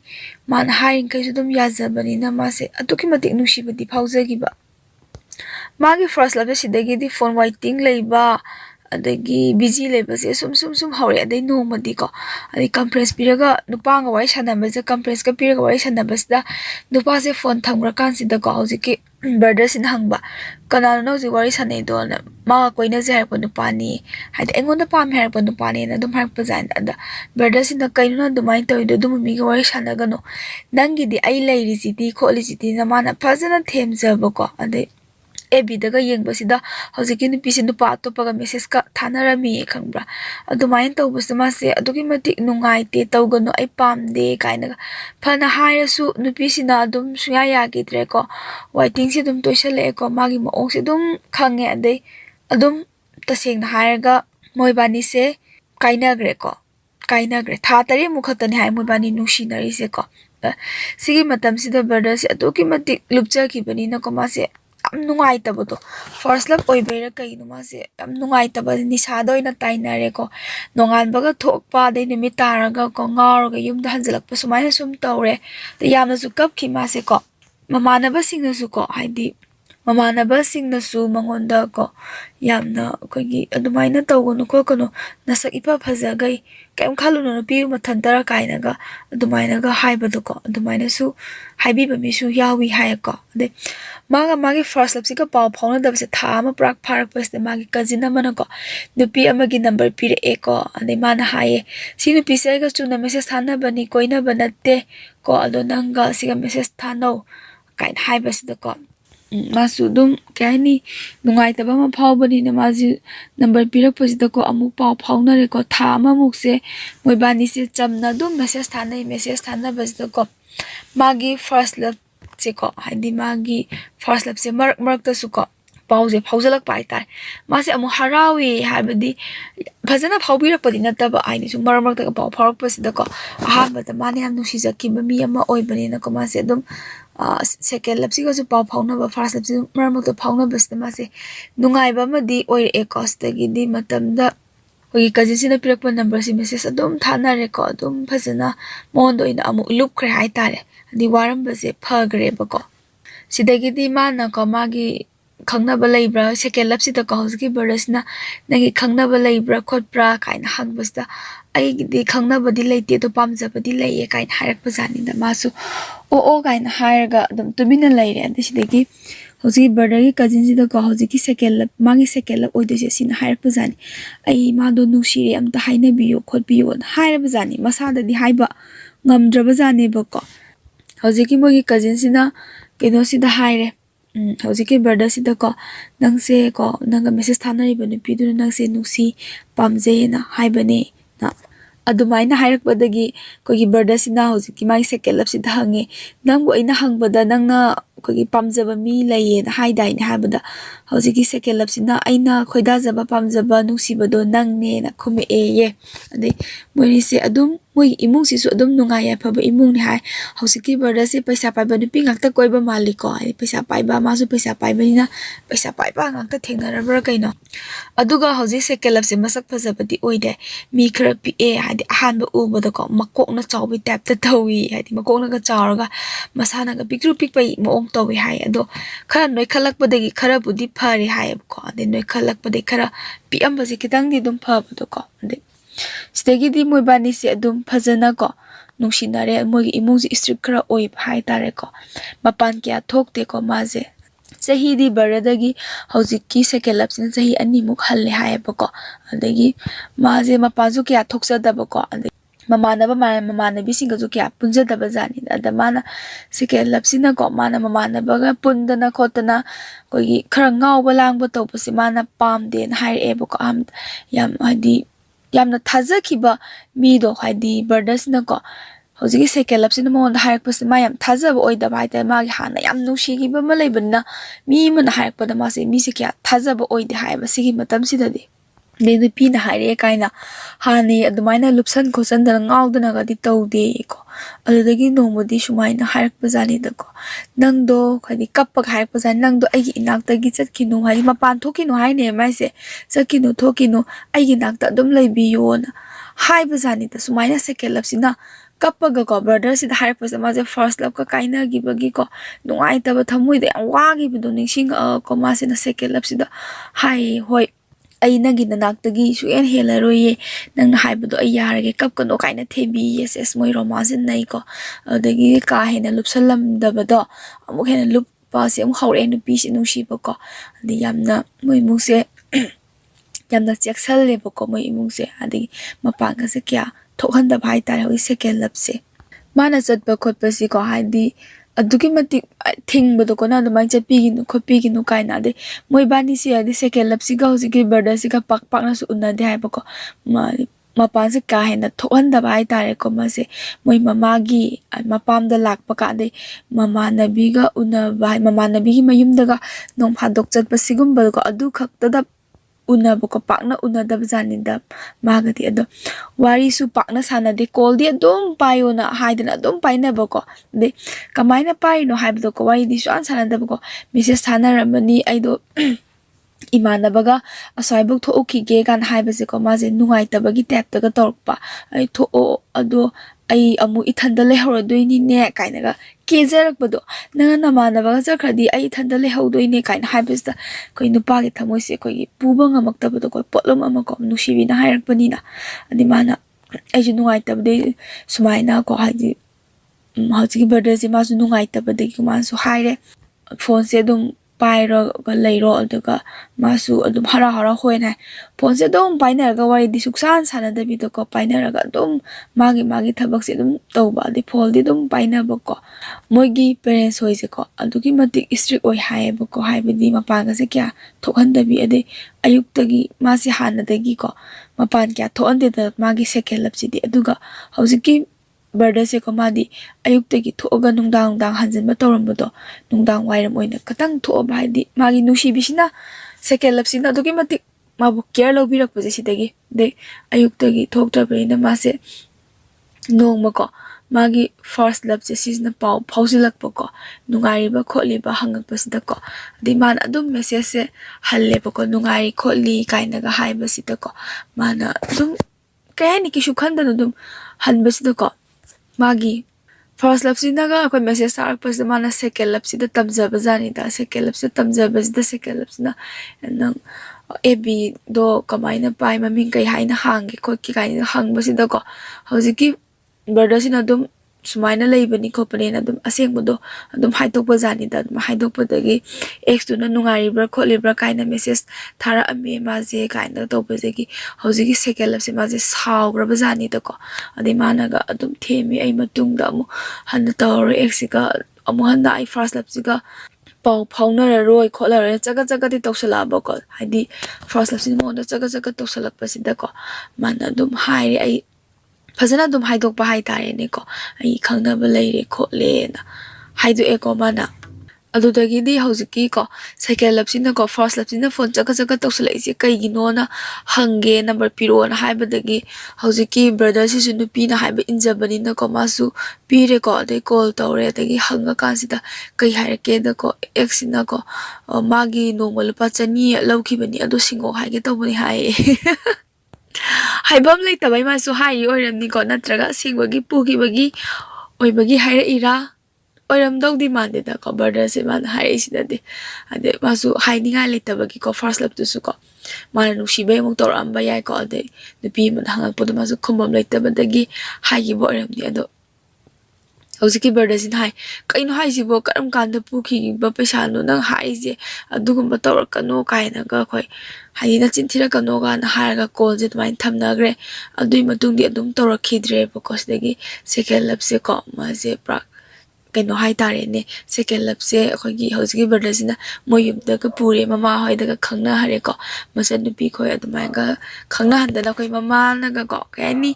yamna yam nungshina ba do ko matam sida ko gari ga je yonthok han khre ko aidi yonthok tana khotana tawre gari se ado masu kaishumta adum haidre ko mado dum phasana nungsi khre ba ado magi risa se akhoi haidi magi risa se hoji brother si mama sina ga dum happy ba nongma moi moi baba na wa ngang na ba risa sa pagi nungai ta bagi ko happy ta bai tai ma pan de mama na ga dum tha khuding gi ko ade dum happy de na khangna ra bani na ko be adumaina ga tawi ko de masak na ga yamna aidi yam kana phajadra su dum nungshi rubagi haiba tare ne adum nungshire ko under brother sina andagi no musu sumaina hai hai koi mai second lap sina ko nangdi na sak yam phajabani na aidi ma do langtho amaga chakhini kaina ga yamna pakhacha badu ko adumaina ga hai re hai ba ko brother na su dum khumgi hai ko aidi masak thiba adagi phajaba kem khande paisa pai pai da ai kem khande thamoi de sengo ade nang je ai gidamak ta dum lepiyo kain hai hai ko ma se nungai tabagi ko type ta ga dum toraga leibado ko ado hojiki brother jina hai ko ai na ne nang nusi puje soidana utkani kolkani kaina ga haijaba do mongonda no masu ko ma gi hojiki brother gi kajina mana ko ako abg da ko photo je adi kaino hojiki brother ji ko brothers da koi take tor ka koi photo je tharak pa jani ta ko sigi tharak pa si yarak pa ji ta ko sida hojiki magi second lap se ko si sin da yam sound na ko ebi ga se nang pai be yaroi khot pe yaroi kaina ga ko gi to ba jani da photo si di dum ka crab ko sidagi moi bani se haidi moi bani oina paimin na ba ebi ama tongane account ama ga hanga paimin na re hai ba ko da paimin na ba sida ko gi phone daga amu khaidi brother sin ko ma ebi pai ba se hoi hojiki magi second lap se siga unabas da ko haidi amu ada unabad daga haipet ka pai ba ni magi tongana ebi account ga hanga ma paisa di hai ba ko atuki madik thamoi seng ba ko ade sumaina to badagi ma se ko gi bangalore da ko hardware gi ko networking gi ko thabak ama tawre ko ma se class nung chat pa khot pa to bagi ma je ko gi call adum pai dana dum to hai class yor kan adagi thabak se kitang chin ba de class tambal ta class tambal loi baga amuk tha loi re adagi thabak hek loi baga dum pau se dum phauna baka adagi sigi thabak se koi gi brothers da kaya nunga adi paisa se ko hai outside ta laiba si di ko hai dagi salary duga kaya kaino kona da bado rent ki kai gi myam toroga lem da bado adi sidai si sina oiba yaroi da na khale adi sidai ma se dum yum da tawya ba thaba ama tawrge da tung koina tawya ba thaba ama tawrge na ma se thokle de chei ama muk tawramaga dum thokle ma se thoklak pas na mana magi second love sigi ko nangi kari leira uge na hangbas da mana makeup set leibiyo na haibadagi pulap makeup set to leibada ko palising mapan muko changi hai 9k changi lipstick amada 2k pi ko lising ani ko hojikan tangam maneba ko leibadagi mana what percent then policy wala ubadagi sinamu leiraga happaga piri hai ko magi apamba se mana loina phajana hangi maramdi ahanbada hanghaudrabado hanghaudrabada koi cake chage haina chocolate ki piru bagi kauthoki bagi kesam leibado da ko haujiki brother si sumasu kaino tawjabado kari da soike da gen kauthora kadrana pakhat bagi masu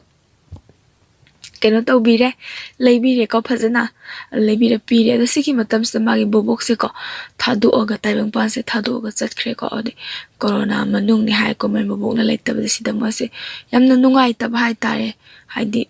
thadok se yamna nungai ti dana sigi matam se da taibang pan se thadu se khibutagi tuki matik nungai taba haibado oire sidagi di magi second lap sino ko kamai toge da ko masi mapanung pan amta thokpa yaroe nam hai bai ta nang kaimta sa thokpa yaroe dum yumda dum layon hai bod tha taret muk ni hai ba ko mana tha taret muk si mapan thok te bi da kamai na torga leige hai ba si da ko mase siam wai hai mangon da ko kamai na noi lai ji bol magi nungshibi na hai bari na ko mase dum di lei bai ta di lei bi kamai leige da maga wari shanaraga ko haidi magi nushibinasu magi naktada atum leibiyom andi mapan thokanu khokanu haibadagi pra ngoksanabani hayo khosigi badaje pra maje tobang khangdabado to hai mapan thomaga thoktabaje phatlangna lekhibadu to kom mase mamana ga aidi asemalle nangbo mapan do hai mamana hana ibungo nangse kocha chali haibadagi ko ibungo nangbu mapan ga do khara khara tho une ngawbo tare ne icha se kaina ga hai haib ko sumaina tawduna loina re second lapsi ko call adum pai ko message adum thanai aije adum 24 hour in nataba ko di hawgala ani adegi morning sida hawgale haira ani mado chak thong ki ge haira ani thong ani adi chak thong ba khotpa kai loina ko thabak se adi mana loina ayamba ko mathandani na mana ayamba loina taw ha de chak chaba khotpa brak loiraga message amu thara ani chak chaba khotpa loiraga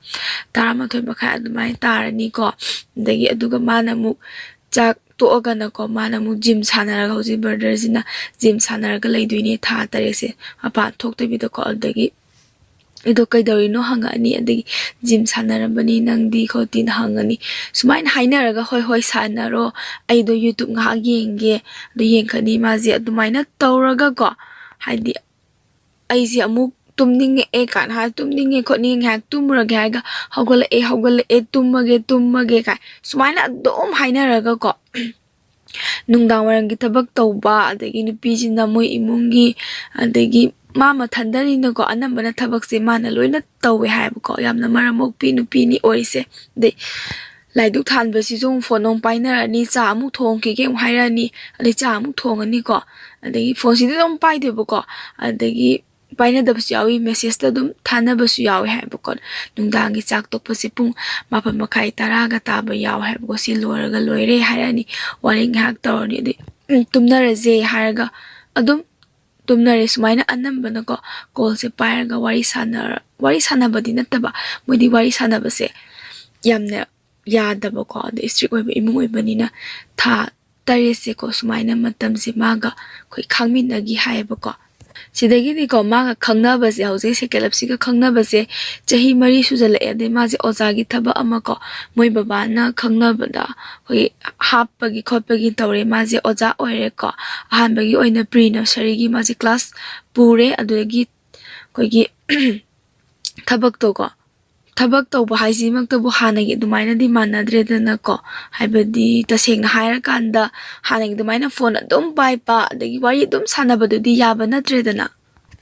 sigi matang sida mamanaba singnasu adum laknaba yawe nupi gi damaktaga akoi mapanga thoktri dubu hanasu amaga amu hundo ameko aduga nang mapandaga thokti nupi naga haibem iliko kainaga ko sumainaga laknabi basu yawe haiba ko hosiki brother sida Bardana so dum khumi hai ko sidi chahi mari sujal abanina nushinaba ko sidi kashu tawreda adumaina ga tawreda madi kaina roi kaina ga tawre hai thabak se tawre ko magi second lap se sidagi ꯍꯥꯏꯗꯤ ꯍꯥꯟꯅꯒꯤ ꯑꯗꯨꯃꯥꯏꯅ ꯇꯧꯕꯁꯨ ꯌꯥꯔꯛꯇ꯭ꯔꯕꯅꯤꯅ phone ꯀꯥꯁꯦ ꯑꯗꯨꯝ ꯄꯥꯏꯔꯝꯕꯗꯒꯤ ꯌꯥꯔꯛꯇꯕꯀꯣ ꯑꯗꯩ phone ꯄꯥꯏꯕꯁꯤꯗꯒꯤ ꯐꯦꯃꯤꯂꯤꯒꯤ ꯇꯁꯦꯡꯅ ꯍꯥꯏꯔꯒ ꯑꯉꯥꯡꯁꯤꯡꯒꯤꯀꯣ ꯄ꯭ꯔꯤ ꯅꯁꯔꯤꯒꯤ ꯑꯉꯥꯡꯁꯤꯡꯒꯤ ꯑꯩꯈꯣꯏꯒꯤ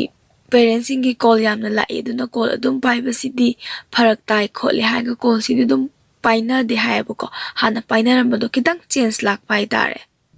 ꯑꯗꯨ ꯅꯨꯄꯤꯁꯤꯅꯗꯤ ꯑꯗꯨꯝ ꯍꯥꯏꯕꯀꯣ ꯁꯤꯒꯤ ꯃꯇꯝꯁꯤꯐꯥꯎꯗ ꯍꯧꯖꯤꯛ ꯐꯣꯟ ꯑꯗꯨꯝ ꯄꯥꯏꯅꯔꯤꯁꯦ ꯍꯥꯏꯕꯗꯤ ꯊꯕꯛ ꯁꯪꯕ ꯃꯇꯝꯗ ꯐꯣꯟ ꯑꯗꯨꯝ ꯄꯥꯏꯅꯔꯤꯁꯦ ꯍꯌꯦꯡꯋꯥꯏ ꯅꯪꯒꯤ ꯅꯅꯥꯛꯇ ꯂꯨꯍꯣꯡꯉꯒ ꯂꯩꯔꯁꯨ ꯑꯗꯨꯝ ꯄꯥꯏꯅꯗꯣꯏꯅꯤ ꯀꯣꯜꯁꯤꯗꯤ ꯑꯗꯨꯝ ꯄꯥꯏꯗꯣꯏꯅꯤꯀꯣ ꯀꯥꯏꯅꯒ ꯁꯨꯃꯥꯏꯅꯒ ꯍꯥꯏ ꯑꯗꯣ ꯁꯤꯒꯤ ꯌꯥꯝꯅꯁꯨ ꯅꯨꯡꯁꯤ ꯍꯥꯏꯌꯦꯕꯀꯣ ꯕ꯭ꯔꯗꯔꯁꯤꯅ ꯑꯗꯩ ꯁꯤꯒꯤ ꯃꯇꯝꯁꯤꯗ ꯑꯩꯈꯣꯏ ꯕ꯭ꯔꯗꯔ ꯏꯃꯨꯡꯁꯦ ꯐꯦꯃꯤꯂꯤꯁꯦ ꯑꯩꯈꯣꯏ ꯄꯩꯁꯥꯁꯦ ꯈꯤꯇꯪ ꯑꯋꯥꯕ ꯂꯩꯕ ꯍꯥꯏꯗꯤ ꯃꯃꯥꯅ ꯄꯩꯁꯥ ꯑꯩꯈꯣꯏ ꯁꯦꯟꯗꯣꯏ ꯆꯥꯕꯗꯒꯤꯀꯣ ꯑꯩꯈꯣꯏꯒꯤ ꯁꯨꯝ ꯍꯪꯕꯁꯤꯗ ꯃꯥꯅꯁꯨ ꯃꯥꯒꯤ ꯅꯨꯡꯁꯤꯕꯤꯗ ꯋꯥꯔꯤ ꯇꯧꯕꯗꯣꯀꯣ ꯃꯥꯅ ꯑꯩꯈꯣꯏ ꯁꯦꯟꯗꯣꯏ ꯄꯩꯁꯥ ꯈꯤꯇꯪ ꯍꯪꯅꯤꯡꯉꯤ ꯈꯣꯠꯅꯤꯡꯉꯤ ꯄꯩꯁꯥꯁꯦ ꯂꯩꯇꯦ ꯈꯣꯠꯇꯦ ꯍꯥꯏꯕꯁꯤꯗ ꯍꯧꯖꯤꯛꯀꯤ ꯃꯥꯒꯤ ꯁꯦꯀꯦꯟ ꯂꯞꯁꯤꯅ ꯑꯩꯈꯣꯏ ꯕꯕꯥꯁꯨ ꯁꯦꯟꯗꯣꯏ ꯁꯥꯟꯗꯣꯛꯄꯅꯤ ꯈꯣꯠꯄꯅꯤꯅ ꯍꯥꯏꯕꯁꯤꯗ ꯃꯥꯁꯦ ꯏꯀꯥꯏ ꯍꯥꯏꯕ ꯃꯇꯝꯁꯤꯗꯀꯣ ꯑꯗꯩ ꯊꯕꯛ ꯀꯩꯅꯣ ꯇꯧꯗ꯭ꯔꯦ ꯑꯗꯩ ꯀꯣꯔꯣꯅꯥꯒꯤ ꯑꯃꯨꯛ ꯁꯨꯝ ꯄꯩꯁꯥꯁꯦ ꯊꯣꯛꯐꯝ ꯂꯩꯇꯕꯗꯣꯀꯣ ꯁꯦꯡꯅ ꯑꯗꯨꯗꯒꯤꯗꯤ ꯅꯨꯄꯤꯁꯤꯅꯒ ꯍꯥꯏ ꯄꯩꯁꯥꯁꯦ ꯀꯌꯥꯅꯣ ꯈꯣꯠꯄꯅꯣ ꯍꯪꯕꯁꯤꯗꯀꯣ ꯑꯗꯒꯤ ꯃꯃꯥꯁꯤꯅ 10,000ꯅꯦꯅ ꯈꯨꯝꯕꯖꯥꯠꯅꯦ ꯑꯗꯒꯤ ꯁꯨꯃꯥꯏꯅ ꯍꯥꯏꯌꯦ ꯅꯨꯄꯤꯁꯤꯅ ꯃꯥꯒꯤ ꯑꯩꯈꯣꯏ ꯁꯦꯂꯔꯤ ꯐꯪꯉꯀꯥꯟꯗꯀꯣ ꯑꯗꯒꯤ 5,000ꯁꯦ ꯁꯤꯃꯨꯛꯇꯤ ꯋꯥꯠꯂꯤ ꯑꯁꯤꯁꯤꯗꯤ ꯄꯤꯔꯛꯀꯦ ꯀꯥꯏꯅꯒ ꯃꯉꯣꯟꯗꯒ ꯄꯤꯕꯤꯔꯛꯄꯗꯣ ꯍꯥꯏꯗꯤ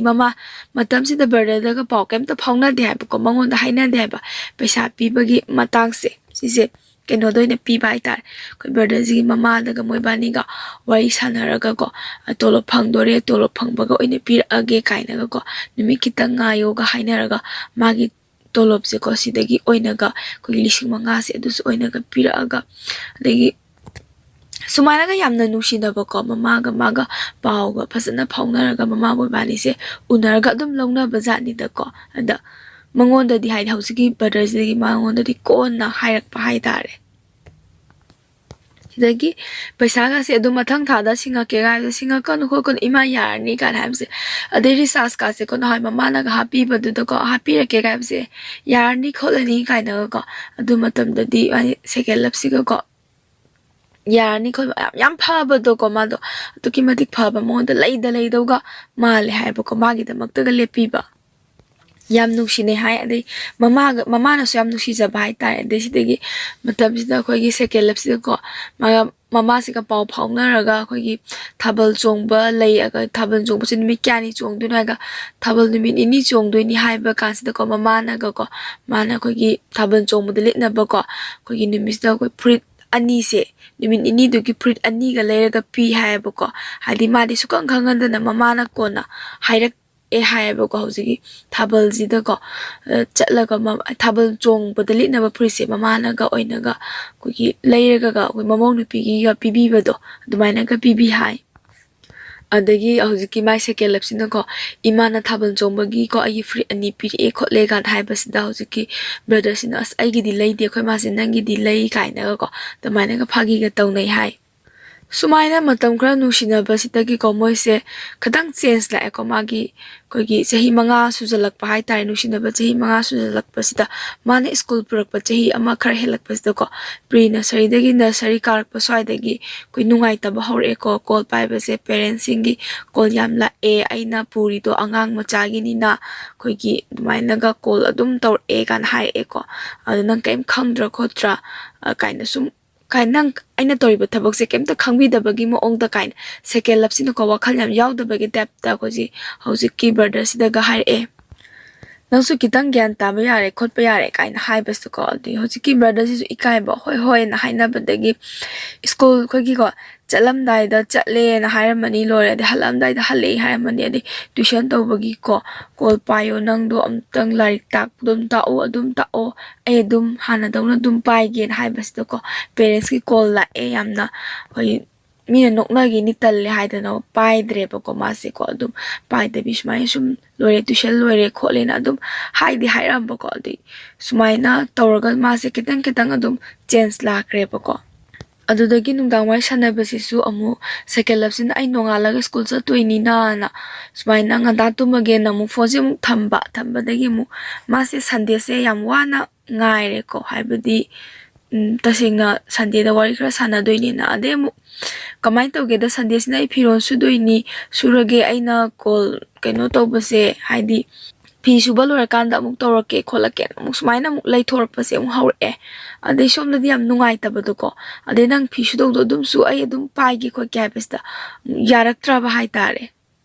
ꯑꯗꯩꯗꯤ ꯕ꯭ꯔꯗꯔꯁꯤꯅ ꯁꯥꯎꯗꯅ ꯈꯠꯅꯔꯦ ꯑꯗꯩ ꯃꯥꯁꯦ ꯍꯧꯖꯤꯛꯀꯤ ꯁꯦꯀꯦꯟ ꯂꯞꯁꯦ ꯈꯔ ꯇꯞꯊꯔꯒ ꯍꯣꯏ ꯄꯥꯏꯔꯣꯅ ꯍꯥꯏꯔꯒ ꯃꯥꯁꯦ ꯀꯣꯜꯁꯦ ꯄꯥꯏꯔꯦ ꯁꯥꯎꯔꯝꯕꯗꯩ ꯈꯔ ꯐꯔꯦꯕꯀꯣ ꯐꯤ ꯁꯨꯕ ꯂꯣꯏꯔꯦ ꯉꯥꯏꯍꯥꯛ ꯇꯨꯝꯒꯦꯅ ꯇꯨꯝꯈ꯭ꯔꯦꯀꯣ ꯁꯨꯃꯥꯏꯅ ꯇꯧꯔꯒ ꯃꯣꯏꯁꯦ ꯂꯩꯔꯦ ꯑꯌꯥꯝꯕ ꯃꯇꯝꯗ ꯐꯣꯟ ꯄꯥꯏꯈꯤꯗ꯭ꯔꯦꯀꯣ ꯃꯥꯒꯤ ꯁꯦꯀꯦꯟ ꯂꯞꯁꯦ ꯁꯤꯗꯒꯤ ꯁꯨꯝ ꯆꯤꯡꯅꯔꯛꯄ ꯍꯥꯏꯇꯥꯔꯦ ꯑꯗꯒꯤ ꯁꯤꯗ ꯁꯨꯝ ꯕ꯭ꯔꯗꯔꯁꯤꯁꯨ ꯃꯥꯁꯨ ꯁꯨꯝ ꯅꯨꯡꯉꯥꯏꯇꯕꯗꯒꯤꯀꯣ ꯃꯥꯅ ꯅꯣꯡꯃ ꯍꯥꯏꯇꯥꯔꯦ ꯅꯣꯡꯃ ꯐꯣꯟ ꯋꯥꯔꯤ ꯁꯥꯟꯅꯕꯁꯤꯗ ꯃꯥꯒꯤ ꯁꯦꯀꯦꯟ ꯂꯞꯁꯤꯗꯀꯣ ꯍꯪꯉꯦꯕꯀꯣ ꯅꯪꯗꯣ ꯑꯩꯒ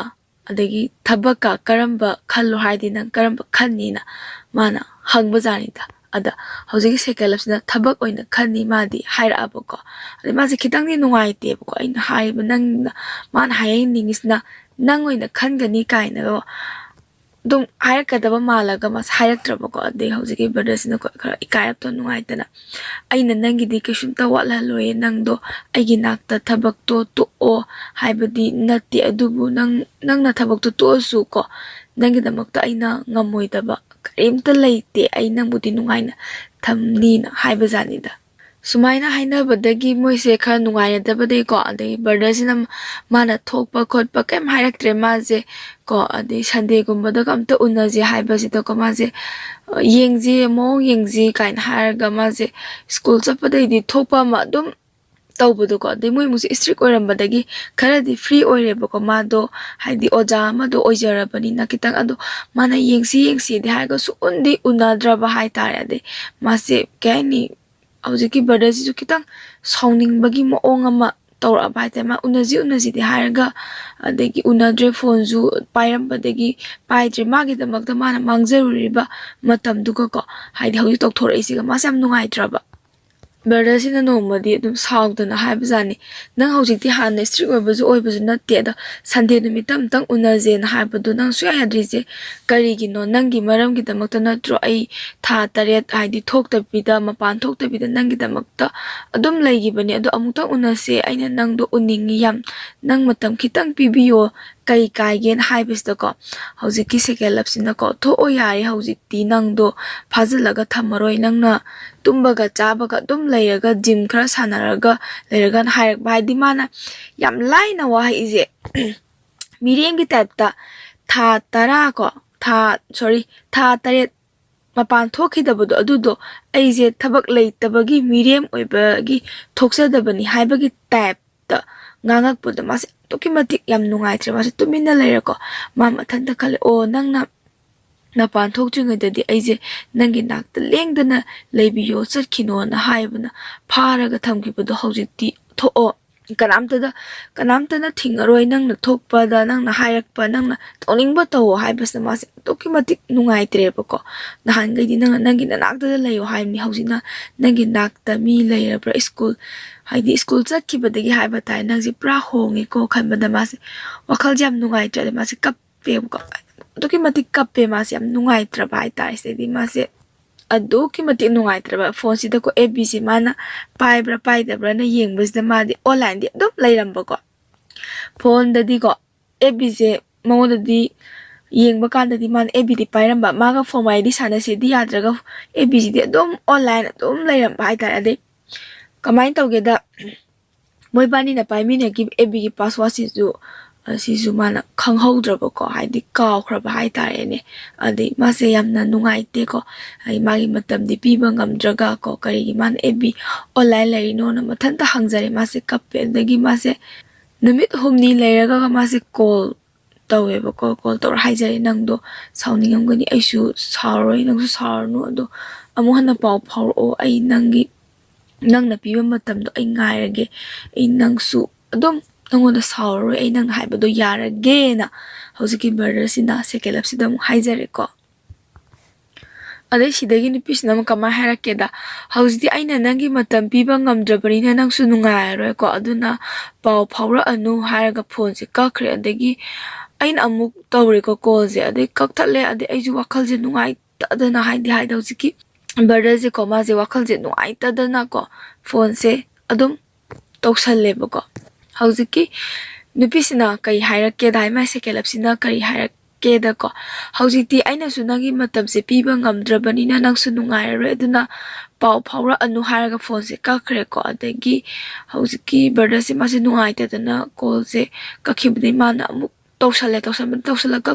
ꯀꯛ ꯇꯧꯕꯗꯩ ꯃꯥꯁꯨ ꯇꯧꯐꯝ ꯑꯃ ꯈꯪꯗ꯭ꯔꯦꯕꯀꯣ ꯑꯁꯨꯛꯀꯤ ꯃꯇꯤꯛ ꯃꯥꯁꯦ ꯈꯥꯡꯉꯝꯗꯕ ꯆꯩꯅꯥ ꯑꯃ ꯑꯗꯨꯝ ꯈꯥꯡꯉꯒ ꯂꯩꯌꯦ ꯃꯥꯁꯦ ꯀꯞꯄꯦ ꯊꯋꯥꯏꯁꯦ ꯍꯧꯖꯤꯛꯀꯤ ꯕ꯭ꯔꯗꯔꯁꯦꯀꯣ ꯃꯥꯁꯦ ꯑꯔꯣꯏꯕꯤꯗ ꯍꯥꯏꯇꯥꯔꯦ ꯃꯥꯁꯦ ꯊꯋꯥꯏꯁꯦ ꯑꯔꯣꯏꯕꯤꯗ ꯃꯥꯁꯦ ꯅꯨꯡꯉꯥꯏꯇ꯭ꯔꯦ ꯑꯗꯨꯒꯤ ꯃꯇꯨꯡ 10 days ꯀꯣ ꯂꯩꯔꯒꯀꯣ ꯃꯥꯒꯤ ꯕꯥꯔꯊꯗꯦ ꯇꯥꯕ ꯁꯦꯀꯦꯂꯞꯁꯤꯒꯤ ꯑꯗꯩ ꯃꯥꯅ ꯀꯣꯜꯁꯦ ꯇꯧꯋꯦ ꯄꯥꯏꯔꯛꯇꯦ ꯁꯨꯡꯄꯥꯏ ꯄꯥꯏꯔꯛꯇꯦ ꯑꯗꯩ ꯉꯥꯏꯍꯥꯛ ꯂꯩꯔꯒ ꯇꯧꯕꯁꯤꯗꯀꯣ ꯕꯤꯖꯤ ꯑꯗꯨꯝ ꯂꯩꯔꯕꯀꯣ ꯑꯗꯩ ꯉꯥꯏꯍꯥꯛ ꯂꯩꯔꯒ ꯀꯣꯜ ꯕꯦꯛ ꯇꯧꯔꯛꯑꯦꯕꯀꯣ ꯍꯧꯖꯤꯛꯀꯤ ꯁꯦꯀꯦꯂꯞꯁꯤꯅ ꯑꯗꯩ ꯕ꯭ꯔꯗꯔꯁꯦ ꯃꯥꯁꯦ ꯍꯔꯥꯎꯔꯦ ꯀꯣꯜ ꯕꯦꯛ ꯇꯧꯔꯛꯄꯁꯤꯗꯀꯣ ꯃꯥꯗꯣ ꯁꯥꯎꯕ ꯐꯔꯝꯃꯅꯤ ꯍꯥꯏꯗꯅ ꯑꯗꯩ ꯃꯥꯁꯦ ꯈꯜꯂꯒ ꯋꯤꯁ ꯄꯤꯔꯒꯦꯅ ꯋꯤꯁ ꯄꯤꯕ ꯍꯧꯔꯀꯥꯟꯗ ꯅꯪꯗꯣ ꯁꯥꯎꯕ ꯐꯔꯣ ꯑꯩ ꯅꯨꯡꯉꯥꯏꯇꯦ ꯅꯪꯒ ꯄꯥꯎ ꯐꯥꯎꯅꯗꯕꯁꯦ ꯌꯥꯝ ꯋꯥꯏ ꯅꯪꯗꯣ ꯁꯥꯎꯔꯅꯨ ꯍꯥꯟꯅꯗꯧꯅ ꯂꯩꯃꯤꯟꯅꯁꯦ ꯐꯖꯅ ꯑꯩ ꯅꯪꯅ ꯍꯥꯏꯕꯗꯣ ꯌꯥꯔꯒꯦ ꯍꯥꯏꯔꯒ ꯃꯥꯁꯦ ꯑꯁꯨꯛꯀꯤ ꯃꯇꯤꯛ ꯍꯥꯏꯖꯔꯦꯕꯀꯣ ꯑꯗꯣ ꯍꯥꯏꯖꯕꯗꯒꯤ ꯑꯗꯨꯝ ꯅꯨꯄꯤꯁꯤꯅ ꯍꯥꯏꯔꯛꯑꯦꯀꯣ ꯃꯇꯝ ꯑꯃꯗ ꯐꯥꯎꯔꯛꯀꯦ ꯑꯗꯨꯗ ꯅꯪꯅ ꯅꯨꯄꯤ ꯀꯣꯏꯔꯝꯃꯗꯤ ꯐꯔꯦ ꯀꯣꯏꯔꯝꯗ꯭ꯔꯒꯗꯤ ꯑꯩꯒ ꯑꯃꯨꯛ ꯍꯟꯖꯤꯟꯅꯁꯤ ꯁꯤꯅꯤ ꯃꯥꯅ ꯍꯥꯏꯔꯛꯏꯁꯦ ꯍꯧꯖꯤꯛꯀꯤ ꯅꯨꯄꯤꯁꯤꯅ ꯃꯥꯅ ꯍꯥꯏꯔꯛꯏꯁꯦ ꯑꯗꯨꯛꯀꯤ ꯃꯇꯤꯛ ꯌꯥꯝ ꯅꯨꯡꯉꯥꯏꯇꯕꯀꯣ ꯑꯗꯩ ꯑꯗꯨꯃꯥꯏꯅ ꯃꯇꯝ ꯑꯗꯨ ꯍꯥꯏꯗꯤ ꯑꯗꯨꯒꯤ ꯃꯇꯝꯗꯣ ꯑꯗꯨ ꯐꯥꯎꯕ ꯉꯥꯏꯔꯝꯃꯣꯅ ꯍꯥꯏꯔꯛꯑꯕꯀꯣ ꯁꯤꯗꯩꯁꯤꯗ ꯕ꯭ꯔꯗꯔꯅ ꯑꯗꯨꯃꯥꯏꯅ ꯇꯧꯒꯅꯣ ꯅꯨꯡꯁꯤꯅꯕꯗꯣ ꯍꯥꯟꯅꯗꯧꯅ ꯑꯗꯨꯝ ꯅꯨꯡꯁꯤꯅꯁꯦ ꯑꯗꯩ ꯀꯣꯜꯗꯨꯁꯨ ꯑꯗꯨꯝ ꯄꯥꯏꯅꯔꯔꯣꯏꯁꯦ ꯑꯗꯨꯝ ꯍꯥꯏꯗꯤ ꯅꯪꯅ ꯍꯥꯏꯕꯗꯣ ꯑꯩ ꯂꯣꯏ ꯌꯥꯔꯒꯦ ꯑꯗꯨꯝ ꯍꯟꯖꯤꯟꯅꯁꯦ ꯍꯥꯏꯕꯁꯦ ꯅꯨꯄꯤꯁꯤꯅ ꯌꯥꯔꯛꯇꯕꯗꯒꯤ ꯃꯥꯁꯦ ꯀꯣꯜꯁꯦ ꯍꯟꯖꯟ ꯇꯧꯋꯦ ꯑꯗꯩ ꯕ꯭ꯂꯣꯛ ꯊꯝꯃꯛꯑꯦ ꯑꯗꯒꯤ ꯃꯥꯅ ꯇꯧꯐꯝ ꯈꯪꯗꯗꯅꯀꯣ ꯃꯥꯁꯦ ꯄꯤ ꯇꯥꯔꯛꯑꯦꯕ ꯍꯥꯏꯗꯤ ꯅꯨꯡꯉꯥꯏꯇꯕꯩ ꯀꯞꯄꯗꯣ ꯑꯗꯩ ꯃꯆꯟ ꯅꯨꯄꯤꯅꯒ ꯁꯨꯃꯥꯏꯅ ꯍꯥꯏꯔꯛꯑꯦ ꯑꯁ ꯑꯗꯨꯃꯥꯏꯅ ꯇꯧꯒꯅꯨ ꯗꯗꯥ ꯅꯨꯄꯤꯕꯨ ꯌꯥꯝ ꯅꯣꯟꯖꯅ ꯀꯣꯏꯕ ꯍꯧꯅꯗꯦ ꯃꯊꯟ ꯇꯧꯔ ꯃꯁꯛ ꯐꯖꯕ ꯑꯗꯒꯤ ꯃꯥꯟꯅꯗꯕ ꯅꯨꯄꯤ ꯃꯌꯥꯝ ꯂꯩ ꯑꯗꯨꯃꯥꯏꯅ ꯇꯧꯅꯣ ꯅꯨꯄꯥꯅꯕꯨ ꯈꯣꯠꯄ ꯃꯆꯟꯅꯨꯄꯤꯁꯤꯅ ꯃꯥꯁꯦ ꯌꯥꯝ ꯊꯦꯝꯕꯤꯔꯦ ꯑꯗꯩ ꯃꯥꯁꯦ ꯋꯥꯈꯜꯁꯦ ꯈꯜꯂꯦ ꯍꯣꯏꯗ ꯀꯩꯒꯤ ꯑꯁꯨ ꯌꯥꯝ ꯅꯣꯟꯖꯔꯨꯗꯣꯏꯅꯣꯅ ꯈꯜꯂꯒ ꯃꯥꯅ ꯃꯥꯒꯤ ꯃꯃꯥꯒꯤ ꯅꯝꯕꯔꯗꯒꯤꯀꯣ ꯑꯩꯈꯣꯏ ꯃꯦꯁꯦꯖꯁꯦ ꯑꯩꯈꯣꯏ ꯊꯥꯕ ꯍꯥꯏꯇꯥꯔꯦ ꯃꯃꯥꯗꯒꯤ ꯁꯨꯃꯥꯏꯅ ꯍꯥꯏ ꯅꯪꯕు ꯌꯥꯝ ꯅꯨꯡꯁꯤ ꯑꯗꯨꯕు ꯅꯪꯅ ꯑꯩꯉꯣꯟꯗꯒꯤ ꯍꯥꯏꯗꯤ ꯌꯥꯝꯅ ꯌꯦꯠꯄ ꯍꯥꯏꯇꯥꯔꯦꯅꯦꯀꯣ ꯑꯩꯅ ꯅꯪꯕꯨ ꯌꯥꯝ ꯅꯨꯡꯁꯤꯕꯀꯣ ꯑꯗ ꯑꯩꯅ ꯅꯪꯉꯣꯟꯗ ꯌꯥꯝꯅ ꯌꯦꯠꯄ ꯑꯣꯏꯅ ꯊꯣꯛꯑꯕꯅꯤꯅꯀꯣ ꯉꯁꯤ ꯍꯥꯏꯕ ꯅꯨꯃꯤꯠꯁꯤꯗꯒꯤ ꯑꯩ ꯅꯪꯉꯣꯟꯗ ꯄꯨꯟꯁꯤꯒꯤ ꯌꯦꯠꯇꯕ ꯑꯣꯏꯔꯒꯦꯀꯣ ꯅꯪꯁꯨ ꯑꯩ ꯌꯥꯎꯗ꯭ꯔꯕ ꯃꯇꯝꯗ ꯍꯥꯏꯗꯤ ꯋꯥꯗꯕ ꯑꯣꯏꯌꯨꯀꯣꯅ ꯃꯦꯁꯦꯖ ꯊꯥꯔꯒ ꯃꯥꯁꯦ ꯌꯧꯈ꯭ꯔꯦ ꯃꯦꯁꯦꯖꯁꯦ ꯃꯥꯅ ꯄꯥꯈꯤꯕ꯭ꯔꯥ ꯄꯥꯈꯤꯗꯕ꯭ꯔꯥꯁꯦ ꯃꯥ ꯈꯪꯗ꯭ꯔꯦ ꯍꯥꯏꯕꯀꯣ ꯍꯦꯛ ꯊꯥꯈꯤꯕꯒ ꯂꯣꯏ ꯀꯛꯈ꯭ꯔꯦ ꯅꯝꯕꯔꯁꯤꯁꯨ ꯂꯣꯏ ꯀꯛꯈ꯭ꯔꯦ ꯍꯥꯏ ꯑꯗꯩ ꯁꯤꯗꯒꯤ ꯃꯥꯒꯤ ꯍꯥꯟꯅꯒꯤ ꯍꯦꯕꯤꯠꯇꯣ ꯑꯗꯨꯝ ꯍꯟꯖꯜꯂꯛꯑꯦꯀꯣ ꯃꯥꯒꯤ ꯉꯥꯎꯔꯒ ꯆꯥꯔꯒ ꯑꯗꯨꯝ ꯇꯧꯕꯀꯣ ꯑꯗꯩ ꯁꯤꯗꯩ ꯃꯥꯁꯦ ꯇꯧꯐꯝ ꯈꯪꯗꯗꯅ ꯃꯥꯁꯦ ꯑꯗꯨꯛꯀꯤ ꯃꯇꯤꯛ ꯌꯥꯝꯅ ꯋꯥꯕꯗꯣꯀꯣ ꯑꯅꯤ ꯁꯨꯔꯦ ꯅꯠꯇ꯭ꯔ ꯅꯨꯄꯤꯁꯦ ꯑꯗꯒꯤ ꯃꯤ ꯃꯌꯥꯝꯅꯁꯨ ꯍꯥꯏ ꯅꯨꯄꯤꯅꯦꯅ ꯃꯁꯛ ꯐꯖꯕꯁꯨ ꯅꯠꯇꯕ ꯑꯗꯩ ꯅꯪꯅ ꯍꯨꯟꯗꯣꯛꯑꯝꯃꯦ ꯍꯥꯏꯗ ꯃꯥꯁꯦ ꯈꯔꯁꯨ ꯏꯀꯥꯏꯕꯣꯏ ꯀꯩꯕꯣꯏ ꯑꯗꯨꯝ ꯇꯧꯖꯕꯗꯣ ꯏꯀꯥꯏꯔꯕ ꯑꯩ ꯊꯃꯣꯏꯁꯦ ꯑꯗꯨꯝ ꯄꯨꯔꯥ ꯁꯦꯒꯥꯏꯔꯕꯅꯦꯕ ꯃꯥꯒꯤ ꯊꯃꯣꯏꯁꯦꯀꯣ ꯍꯥꯏꯗꯤ ꯑꯅꯤꯈꯛ ꯀꯣꯏꯕꯗꯨꯗ ꯑꯃꯠꯇꯅ ꯍꯦꯛ ꯂꯦꯞꯄꯤꯔꯝꯗꯕꯗꯨꯗ ꯃꯥꯁꯦ ꯌꯥꯝ ꯋꯥꯖꯕ ꯑꯗꯒꯤ ꯃꯌꯥꯝꯕꯁꯤꯡꯗꯨꯅꯒ ꯊꯥ 3 ꯃꯄꯥꯟ ꯊꯣꯛꯇꯕꯤꯗꯒ ꯂꯩꯕꯗꯣ ꯀꯩ ꯁꯥꯔꯦ ꯍꯧꯖꯤꯛꯇꯤ ꯍꯨꯟꯗꯣꯛꯄꯤꯔꯝꯃꯕ ꯅꯠꯇ꯭ꯔꯣ ꯀꯥꯏꯅꯒ ꯂꯛꯅꯔꯛꯄꯁꯦ ꯌꯥꯝ ꯏꯀꯥꯏꯖꯕꯀꯣ ꯑꯗꯒꯤ ꯌꯥꯝꯅꯁꯨ ꯅꯨꯡꯉꯥꯏꯇꯕꯀꯣ ꯊꯃꯣꯏ ꯁꯦꯡꯅ ꯑꯩꯈꯣꯏꯒꯤ ꯅꯨꯡꯁꯤꯖꯔꯨꯔꯒꯀꯣ ꯌꯥꯝꯅ ꯊꯃꯣꯏꯁꯦ ꯑꯗꯨꯛꯀꯤ ꯃꯇꯤꯛ ꯀꯥꯏꯈꯤꯀꯣ ꯍꯧꯖꯤꯛꯀꯤ ꯕ꯭ꯔꯗꯔꯁꯤꯒꯤ ꯁꯨꯃꯥꯏꯅ ꯇꯧꯗꯅ ꯃꯥꯁꯦ ꯅꯨꯄꯤꯁꯦ ꯀꯥꯏꯅꯈ꯭ꯔꯦꯀꯣ ꯃꯥꯁꯨ ꯈꯜꯂꯦ ꯑꯩꯒꯤꯗꯃꯛꯇ ꯊꯃꯣꯏ ꯁꯦꯡꯕꯤ ꯀꯅꯥꯒꯨꯝꯕꯤ ꯑꯃꯗꯤ ꯂꯩꯔꯝꯒꯅꯤ ꯀꯥꯏꯅ ꯈꯜꯂꯒ ꯆꯍꯤ 3 ꯂꯣꯏꯅꯔ ꯀꯥꯏꯅꯔꯦ ꯁꯤꯒꯤ ꯃꯇꯨꯡ ꯃꯥꯁꯦ ꯇꯨꯝꯕ ꯆꯥꯕ ꯌꯥꯗꯕꯗꯤ ꯑꯩꯈꯣꯏꯒꯤ ꯃꯣꯕꯥꯏꯜ ꯂꯤꯖꯦꯟꯁꯦ ꯃꯥꯁꯦ ꯑꯗꯨꯝ ꯁꯥꯟꯅꯕꯀꯣ ꯍꯥꯏꯗꯤ ꯃꯇꯝꯗꯣ ꯍꯧꯈꯤꯅꯕꯀꯣ ꯑꯗꯨꯝ ꯁꯨꯛꯇꯨꯝ ꯇꯨꯝꯗꯕꯤꯗꯒ ꯁꯥꯟꯅꯕꯁꯤꯅꯀꯣ ꯑꯗꯨꯝ ꯁꯥꯟꯅꯕꯁꯤꯅ ꯃꯥꯁꯦ ꯑꯩꯈꯣꯏꯒꯤ ꯃꯥꯒꯤ ꯁꯦꯀꯦꯟ ꯂꯞꯁꯤꯒ ꯇꯣꯛꯅꯕ 20 days ꯃꯨꯛ ꯁꯨꯕꯁꯤꯗꯀꯣ ꯃꯣꯕꯥꯏꯜ ꯂꯤꯖꯦꯟꯁꯦ ꯃꯥꯁꯦ ꯁꯨꯝ ꯁꯥꯟꯅꯕꯗ ꯅꯨꯄꯤ ꯑꯃ ꯍꯥꯏꯇꯥꯔꯦꯀꯣ ꯃꯥꯒ ꯑꯩꯈꯣꯏꯒꯤ ꯃꯦꯁꯦꯖ ꯊꯥꯅꯩ ꯍꯥꯏ ꯒꯦꯝꯁꯤꯗꯀꯣ ꯅꯨꯄꯤꯁꯤꯁꯨ ꯒꯦꯝ ꯁꯥꯟꯅꯕꯤ ꯅꯨꯄꯤꯅꯤ ꯃꯥꯒ ꯃꯦꯁꯦꯖ ꯊꯥꯅꯩꯁꯤꯁꯨꯀꯣ ꯃꯥꯁꯨ ꯇꯨꯝꯕ ꯌꯥꯗꯕꯒꯤ ꯑꯩꯈꯣꯏꯒꯤ ꯂꯩꯕ ꯖꯥꯠꯅꯤꯗꯀꯣ ꯑꯁꯤꯗꯒꯤ moibani se game gi message thana dan ade gift thana bhaibra kaino game da gift thana ba je adi khangde ai chana da bani na khangde ba de gift tharo kholo kaina haiba sida koi hojiki nu pisi di ma di gift thaba je haita ba jani da ko hai sanari ba chumna sanabagi yam ka hen haita ba dagi ko number piyo chumna tina je khochin hojiki brothers in hire ba ko adegi ni pisi na kije ye masak su khangdana number pi ba khot pa se gan hai ba sida ko brothers na ai keshu tawro ye chumna sum hang bani khot pani hai ba dagi number se pinare whatsapp ta message thana re kogi thenge punga ma muktari ahingi punga ma thaba da message thana re yam nushinari mojijo kaidena khotana sum hangdana khotana ko kashu lapna lamdi oiram dri moibani se ko adegi hotel ama leibado haraga hotel dugi maming do haraga o adai du ni khangi khotli kana khainaraga ko yamna lamdo dum naknaram ba haiba tare ade hauji badasina number piba kise hairmaga pithor ido kaigino khopano kan hangbasda ko pisina ga sum mi se ahambada loina haidi ahambada ko loina dradi khangdabane loina matamda khangbani na khopani na kaine wari se sanaraga moise number se pinare number se pinabadagi wari sanare pakhang le sabini na ko de photo ga se tharo kholo kan haibasda sungta thak tabjani pisina ko thak tabasda ko de nu pasina ko swaya dabasda kaino photo ko tharo tisibu aina kibam yawes nupa ga oiramdana kaina ga tumai ga haibajani da adumaina haibadagi nupisina ko photo di thari aduga vocal ko magi vocal si di hayeng taro kaina ga hairaga ko adagi adumaina thamnaraga moise masakse koi photo thanare masakse yam nukshi hai ko phone di nupising masak loi phajani na trang sai ge koi keno do edit hapani na ko adagi yamna nungshiba do oi ma je koi yamna mamai ka sam chumi ko round ka taraga ko aduki madik nokpada ga mitna nu e khangbra amta unadring degi phone da yeng badagi hojiki brothers ina yam nungshiba haiba do oi gramale ma di nupi se paknong da nungshibra khangde ade masak yamna nungshi ko aduki madik vocal si yamna koi yamna taning bodo oi hai ko hojiki brothers ina haiba sida sumai sum hainaram badagi pung mari swaida tumnara jaiga tumna gre ko de tum gre moise ade wakhan khale ma je hayeng wari sanaba daidana kamai toba kamai sum khalle ko ma se be haugatle ayu gi pung 12 tar sai pung mari de tungi mino ko ayuk na trinung din ole pung 12 sai da ma se haugatle mana morning na thara me pung 12 ji da morning na thara me ye ya moi game sanabagi keno sisu khunungai amani adudagi di moibani se sum khangna ba nushina ba haibado oigre adagi jimaje part time job ama tawrame haib ko nupi se yumda sum leisambado talle na de sum leisambado tanbadagi ko imung se yamna nungai ba imung di oide ko adu sumai phajana haidoraga moibani se wari yam sanai wari yamna nushinai ade nupi sinasu nom haiba dada akhoi gi di kaini ko moibani se unaba matamda masak yam nushi haiba nupi se adesidagi ko moibani nushi nakpa matam se nupi sin haib dada ko di yamna nungai ba imung oide ko no ima baba hoina ko se pambi gadaba mandi kotin yam pakhana haijaba haiba dare adumaina ga haibas da brother na ga ko na adumain tawgono ai adumaina kemta khanba laite thamoi senga ga loire khole kaina ga ko hai hojiki ko magi thar lap se ko sinasu mana mapan thokpa yu thakpa khotpa se koi hai dada nang adumaina tawgunu khoi kan hoi thakanu haiba nate kumai harau matam da thao adum di thakanu na sa sokani ko kani kana yam phajana haibi hai ko adagi noma sumaina haiba jani da ko magi thar lap sin da ko thaba ama tawba matam da ahumlak te ipai pugi ahumlak ki haiba kansida khoi brother gi wakhas da lakpa do o magi nuksina basisu first su second su third se ma oidune ba de brother sin hai ai di adudi ipai pugi ahum la khaisi di ai gi sunang se third su bani di ibani se tari ne ga hai nok min ne hai yam phajana nusinai moi bani se hauji phawba nusinari ko aduga phajana loina bodo wakhal chana ba de brother sisu masu aduki matik yamna harau ba haibadu oire magi thamoi sengba magi damakta kanagumbi ama adum thamoi sengbi ama leirambado leire sini ngasi ni sigi wari se sigi brother sin hainingi se ko manadi thamoi se yam sengjaru ba ko adumi nadi